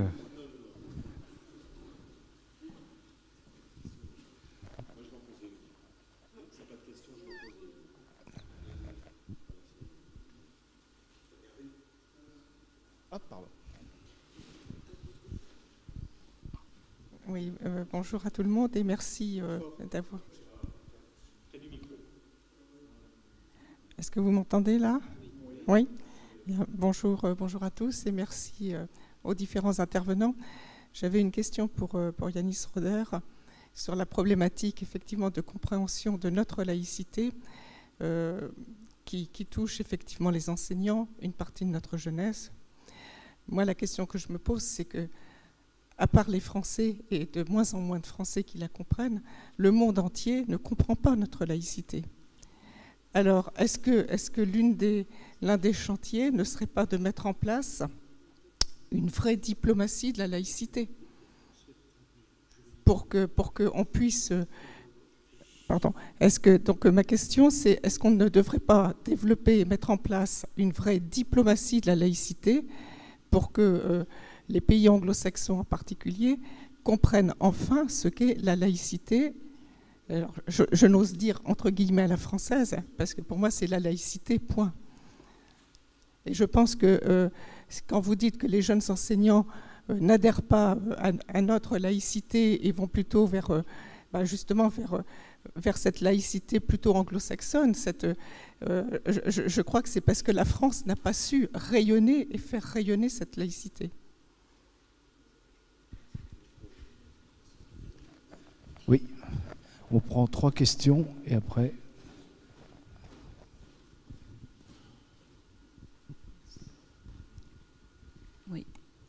Oui, bonsoir. Merci pour ces beaux exposés. Il y a quand même 2 concepts qui me manquent dans ce que vous avez évoqué. Notamment, il y avait une façon de travailler après 68. On avait lancé des premiers groupes de travail entre enfants ou entre étudiants et ça s'est un petit peu perdu. Ça permettait aux gens d'apprendre à collaborer plutôt que d'être en situation de rivalité ou de performance. Je trouve que ça serait une donnée à reprendre en compte. Et puis la deuxième, d'une façon préventive, bien entendu, mais surtout aussi pour soigner un petit peu notre école, je pense qu'il faut absolument aborder le problème de la gestion de conflits. Il faudrait que ce soit une matière enseignée à l'école, autant qu'autrefois il y avait l'instruction publique pour apprendre les règles de la République. Je pense que maintenant c'est plus qu'indispensable. Qu'en pensez-vous ?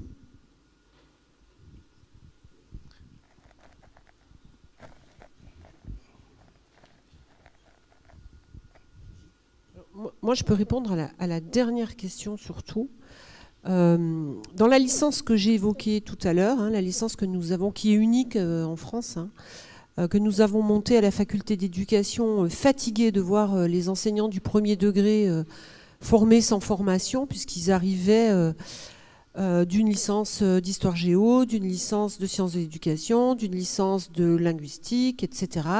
Comme disait un de mes collègues, d'une licence fruits et légumes, pour être polyvalent. Donc c'est le sens de cette... Et quand j'ai dit que nous formions nos étudiants comme nous voudrions qu'ils forment leurs élèves, c'est exactement ça que nous mettons en œuvre. C'est-à-dire des modalités d'apprentissage coopératives. Alors, il n'y a pratiquement pas de cours magistraux dans cette licence. Il faut un président d'université qui nous suive, parce que des groupes à 37 en licence, c'est du non-vu. Et nous avons cette chance. Philippe Auger nous suit et nous pousse. Et donc, modalité coopérative. Et nous avons une compétence qui s'appelle apprendre une relation non violente à soi et aux autres, dans laquelle il y a estime de soi d'abord, puis gestion de conflit.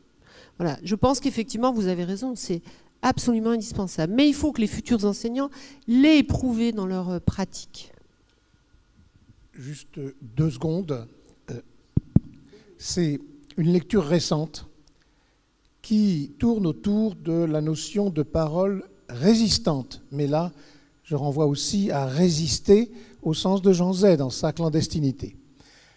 Un auteur qui s'appelle plutôt Michel Lacroix, pas Jean, c'est autre chose, Jean Lacroix, plutôt Michel Lacroix, excusez-moi, appelle parole résistante le fait suivant. Je ne peux pas te changer ou te forcer à changer. Je peux t'aider, et on est dans la gestion de conflit, à enrichir ton propre vocabulaire, à créer une tension en toi entre 2 termes qui vont t'aider non pas forcément à changer, mais à envisager la possibilité de changer. Avec un ami, pas loin forcément ici, j'engage un débat qui, j'espère, se développera entre l'usage qu'il a ou qu'elle a de commun et l'usage que moi j'ai de public. Moi, je pense que ré commune, ça n'a rien à voir avec ré public. Eh bien, je ne change pas la vie de mon collègue, de mon interlocuteur. Je complique, par la controverse, par la culture générale, je complique son rapport aux mots. Une référence, la fin de Cinna, de Corneille. Eh bien, vous avez Auguste qui change. Il a tout appris, et j'allais dire, il a tout pardonné. Voyez aussi la fin. On est dans le cœur de la philosophie et de la culture antique, la fin d'Oedipe-Roi, de Sophocle. Celui que l'on suppliait, parce qu'il avait le pouvoir, ou croyait l'avoir, devient le suppliant. Nous sommes dans le cœur de la culture la plus classique, et nous répondons de la manière la plus précise et pertinente. Pourquoi? Et là, c'est toi, Gérard, qu'en penses-tu? Je crois que tu as raison de dire que quelque part l'école nous fait poser la question, non pas ce que cela veut dire, l'école pourrait fermer, et cependant, cette question existe. Non, Alain nous dit que chaque maître, en rentrant dans sa classe, devrait se poser la question de quoi ce dont je vais parler aide chacun, moi en tête, à me délivrer.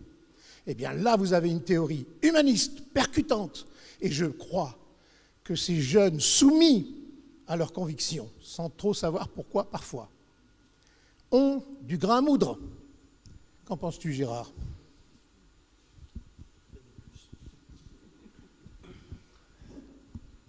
Alors moi, je vais vous répondre, madame. Si je mets mes lunettes, je vais vous voir, sinon je ne vois rien.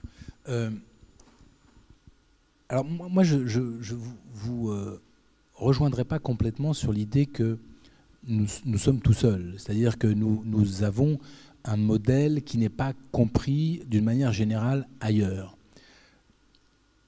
Ce qui est vrai, c'est que si on lit le New York Times, il est évident que les Américains, enfin en tout cas ceux-là, ne comprennent absolument rien à notre système, mais parce qu'il contredit complètement le leur, et que ça leur est absolument insupportable. Alors que nous, c'est l'État qui se protège de l'intervention du religieux, eux, ce sont les individus qui sont protégés de l'intervention de l'État. Donc ils ne comprennent absolument pas ce que vient faire cette laïcité à l'école, qui offre la possibilité justement de l'émancipation, alors qu'eux-mêmes, aucun médium ne vient interférer dans la vie individuelle, dans la vie de chacun, justement pour les dégager de leur déterminisme. Ce qui n'empêche pas qu'ils peuvent le faire par eux-mêmes, ils ont aussi un cerveau. Mais aucun médium ne vient le faire ou ne vient le proposer. C'est le rôle, nous, que nous avons donné à l'école républicaine. Et donc, de fait, ils ne supportent pas cette idée de ce qu'ils considèrent être une atteinte à la liberté, à une liberté fondamentale. Et c'est pour ça que le New York Times, le Washington Post et les autres grands organes de presse américains critiquent notre modèle. Mais cela ne signifie pas que nous sommes tout seuls. Et je crois que notre modèle est largement envié par d'autres pans de la population mondiale et par des gens qui ont à souffrir justement de ces assignations à résidence identitaire ou religieuse. J'ai en tête, vous savez, ce que disait, c'était en 2017 je crois, ou 2018, une jeune fille d'origine irakienne, chrétienne, et qui disait, c'était une jeune fille qui, au moment de la journée de la laïcité, le 9 décembre 2017, avait préparé un petit texte dans son français encore hésitant à ce moment-là. Et cette jeune fille expliquait qu'en Irak, le pays d'où elle venait, elle n'avait pas de prénom. Elle disait, on m'appelait la chrétienne. Et je ne pouvais pas assister aux cours de religion, puisque les cours de religion étaient des cours d'islam. On me mettait dehors et on me faisait travailler avec les femmes qui s'occupaient du ménage, en quelque sorte. Je subissais des remarques de la part de mes camarades, mais aussi de mes enseignants. Quand je suis arrivé en France, je me suis rendu compte, disait-elle, que ma religion ne comptait pas. Et elle termine en disant, moi je voudrais remercier la laïcité parce que la laïcité m'a rendu mon prénom, je m'appelle Jacqueline. Et donc, je crois que cette petite anecdote nous montre qu'il y a dans le monde, je crois, bien des populations et bien des gens qui nous envient notre modèle de laïcité, notre modèle républicain laïque, et que je crois qu'il ne faut pas se fier uniquement à ce que disent les grands journaux anglo-saxons. J'ai une question ici. Vous vouliez intervenir? Non, c'est bon. Oui, bonjour. Pour en revenir à des choses très basiques et très concrètes, comment expliquez-vous que l'on n'arrive pas à donner le nom de Samuel Paty à des collèges et des lycées en France? Bon, il y a une autre question. Eddy, oui. On en prend encore une et après on conclura. Oui. il y a à peu près 40 ans, bien certains combattaient la laïcité et disaient la laïcité c'est une vieille lune pour esprit attardé. C'était Noël Copin, Bertrand Revillon dans le journal La Croix. Aujourd'hui, tout le monde s'est converti à la laïcité. Mais, oui, tout à fait, tout le monde parle de laïcité, mais chacun a son interprétation et chacun instrumentalise le concept, en fin de compte, à sa façon.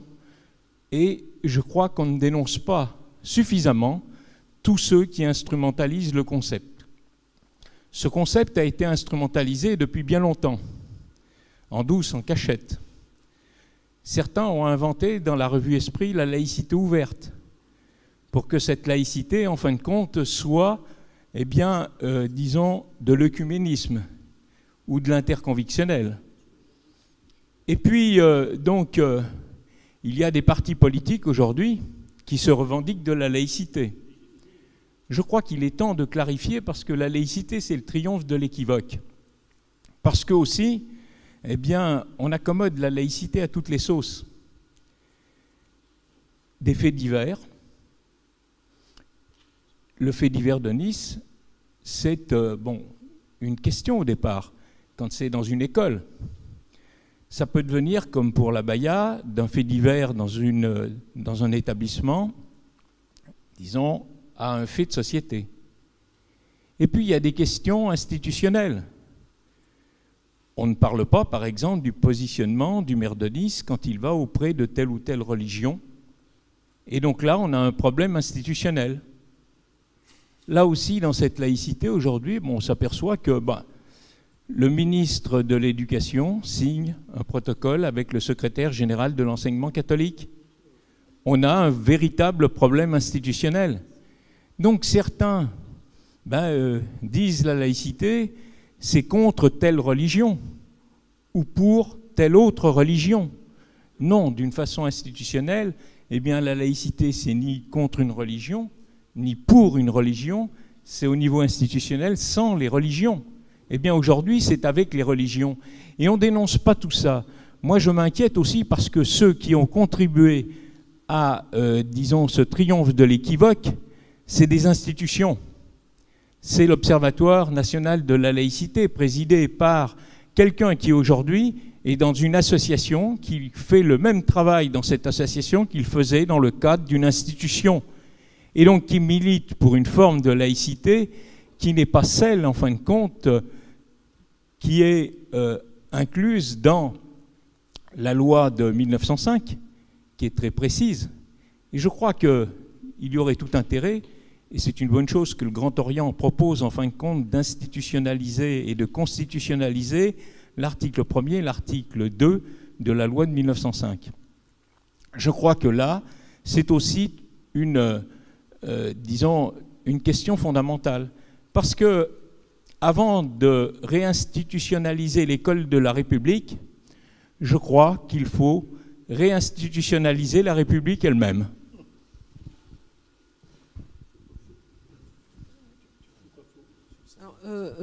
Par rapport à... Si j'ai bien compris votre question, c'est pourquoi y a-t-il pas plus, si j'ai bien entendu, pourquoi y a-t-il pas plus de collèges et lycées baptisés Samuel Paty? C'était ça la question. Alors je ne sais pas, évidemment, je ne peux pas, mais je peux donner mon interprétation. Dans l'Académie de Montpellier, il y a une salle d'apparat au rectorat qui s'appelle Samuel Paty, qui a été dévoilée au premier hommage de Samuel Paty, dans une grande ferveur républicaine et avec beaucoup de dignité. Mais c'est une salle à l'intérieur du rectorat. Voilà. Je crois que l'assassinat de Samuel Paty dérange considérablement tout le monde, à commencer par l'éducation nationale elle-même, compte tenu de ce qu'on sait aujourd'hui, des manquements de la hiérarchie par rapport au soutien qu'il n'a pas eu et qui a amené à cette tragédie. Parce que je pense tu parlais des grands auteurs tragiques, on confine à la tragédie dans cette affaire. On ne va pas le développer plus. Mais le deuxième point, c'est que très vite, On n'a jamais osé dire « il l'a bien cherché », comme on l'a dit pour Charlie Hebdo, mais on a démonté pied à pied sa pratique de classe sans l'avoir vue. Alors pour une didacticienne, entendre démonter une pratique de classe sans que l'acteur de la pratique puisse en parler, c'est un scandale absolu, c'est un biais total de réflexion et un biais éthique et déontologique, mais on a laissé entendre que peut-être il aurait dû choisir une autre caricature, etc., etc., etc. Donc je ne suis pas certaine qu'il y ait un consensus sur cette tragédie et sur le fait que finalement Samuel Paty est un héros de la nation. Voilà. Pas longtemps, je sais.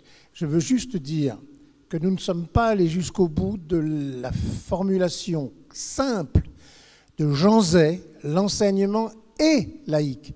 Ce n'est pas un enseignement sur la laïcité qui doit être laïque.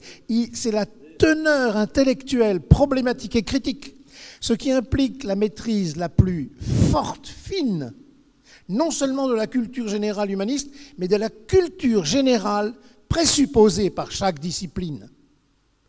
C'est ce qui fait que plus les concours seront nationaux, exigeants, portés par une émulation intellectuelle et pas simplement de positionnement social, mieux la laïcité se portera.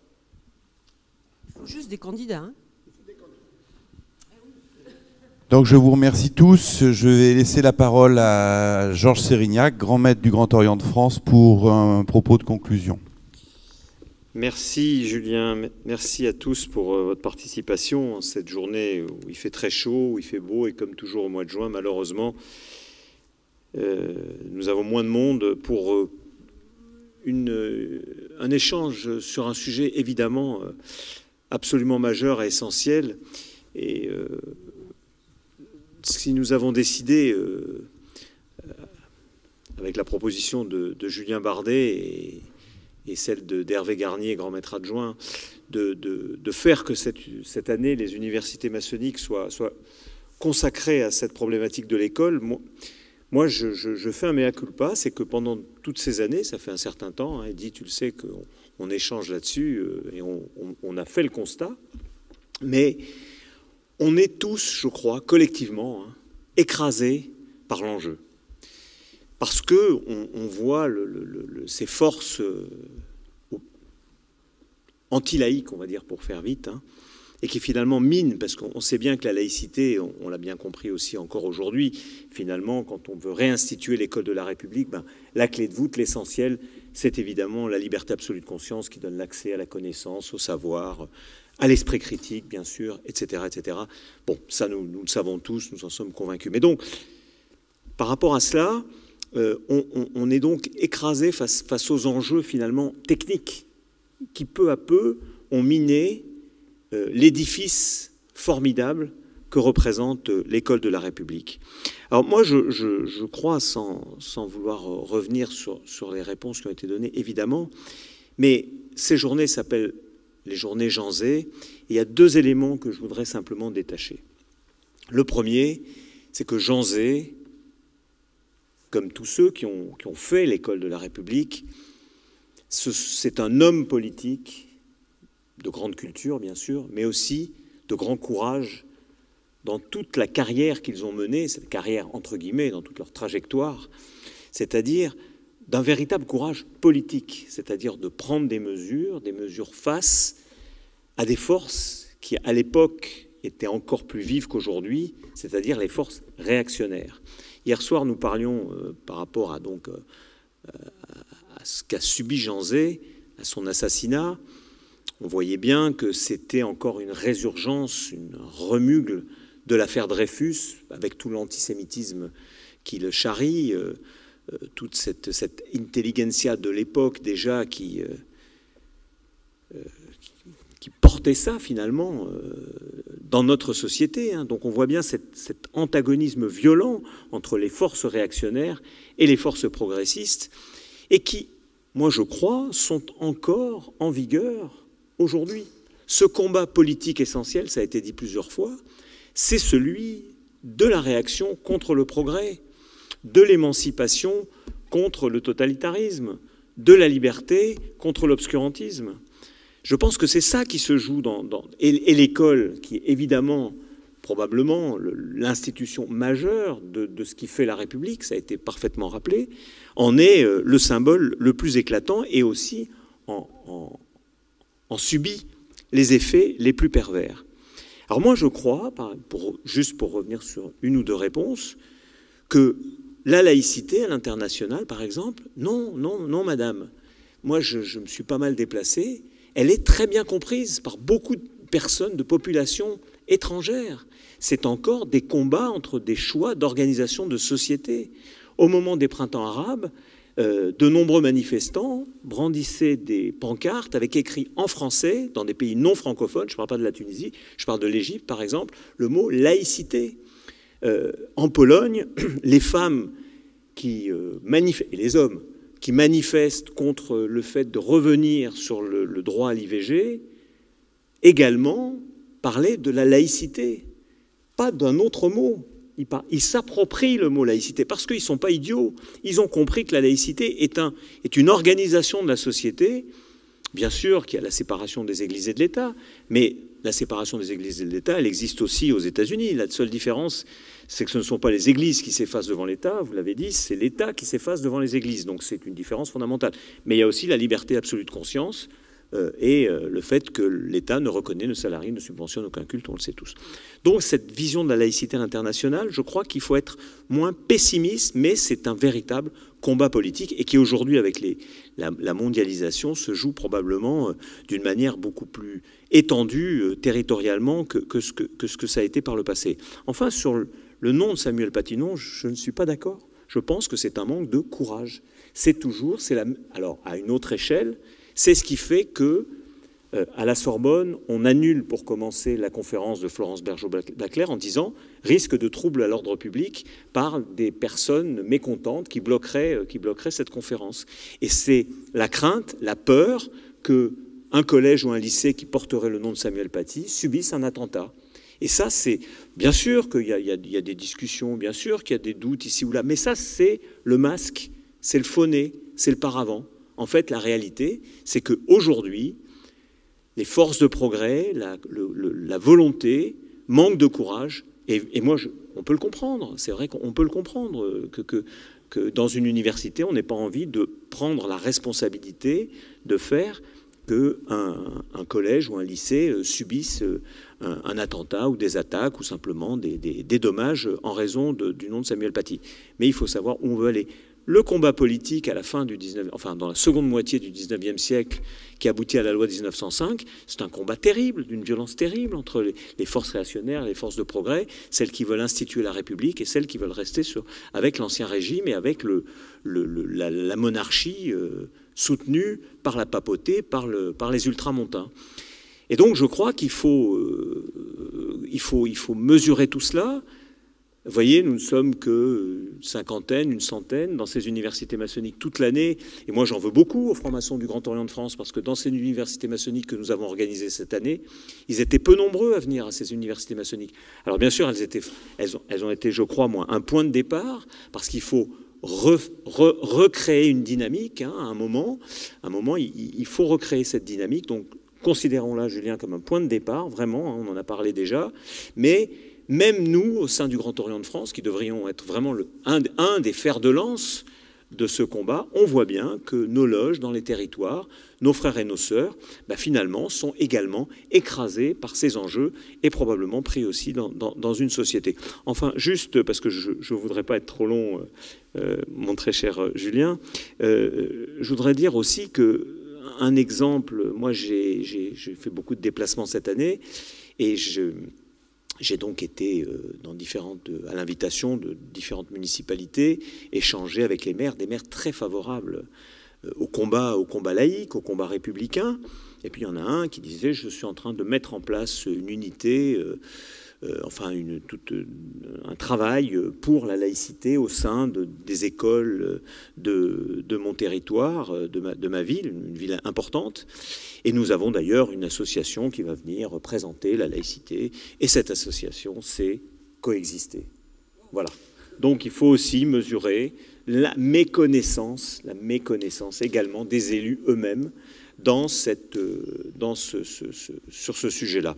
Voilà ce que je veux. Alors enfin, et vraiment pour conclure, je voudrais dire que la grande crainte qu'on peut avoir, c'est que cette affaire-là ne puisse trouver sa solution que dans la violence.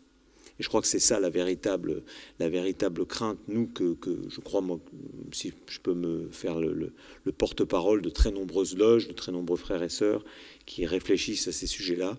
C'est-à-dire que cette lente dégradation, on va dire, qui peu à peu fait qu'il y a cette rupture générationnelle, cette méconnaissance, conduisent également cette rupture générationnelle, et vous l'avez très bien dit, au niveau des enseignants eux-mêmes. C'est-à-dire que les jeunes enseignants n'ont plus cette connaissance suffisante de la laïcité, ne fasse que, finalement, on ne puisse malheureusement sortir de cette situation-là que dans la violence. Souhaitons que non, travaillons ardemment pour cela. Je crois que même si aujourd'hui la situation est très très compliquée, très complexe, je crois que les enjeux sont tellement déterminants. La pédagogie, l'explication que vraiment, enfin tout ce que vous avez parfaitement présenté sur ce qu'est, que doit être l'école de la République, il faut garder encore évidemment le moral et la ferme conviction que, alors je ne vais pas dire l'ordre juste parce que ça me rappelle des souvenirs curieux, voilà, mais je vais dire que l'accès à la liberté et au bonheur apparaîtra à un moment de manière évidente pour tous ceux qui ne l'assimilent pas à l'idée républicaine. Voilà, merci à tous.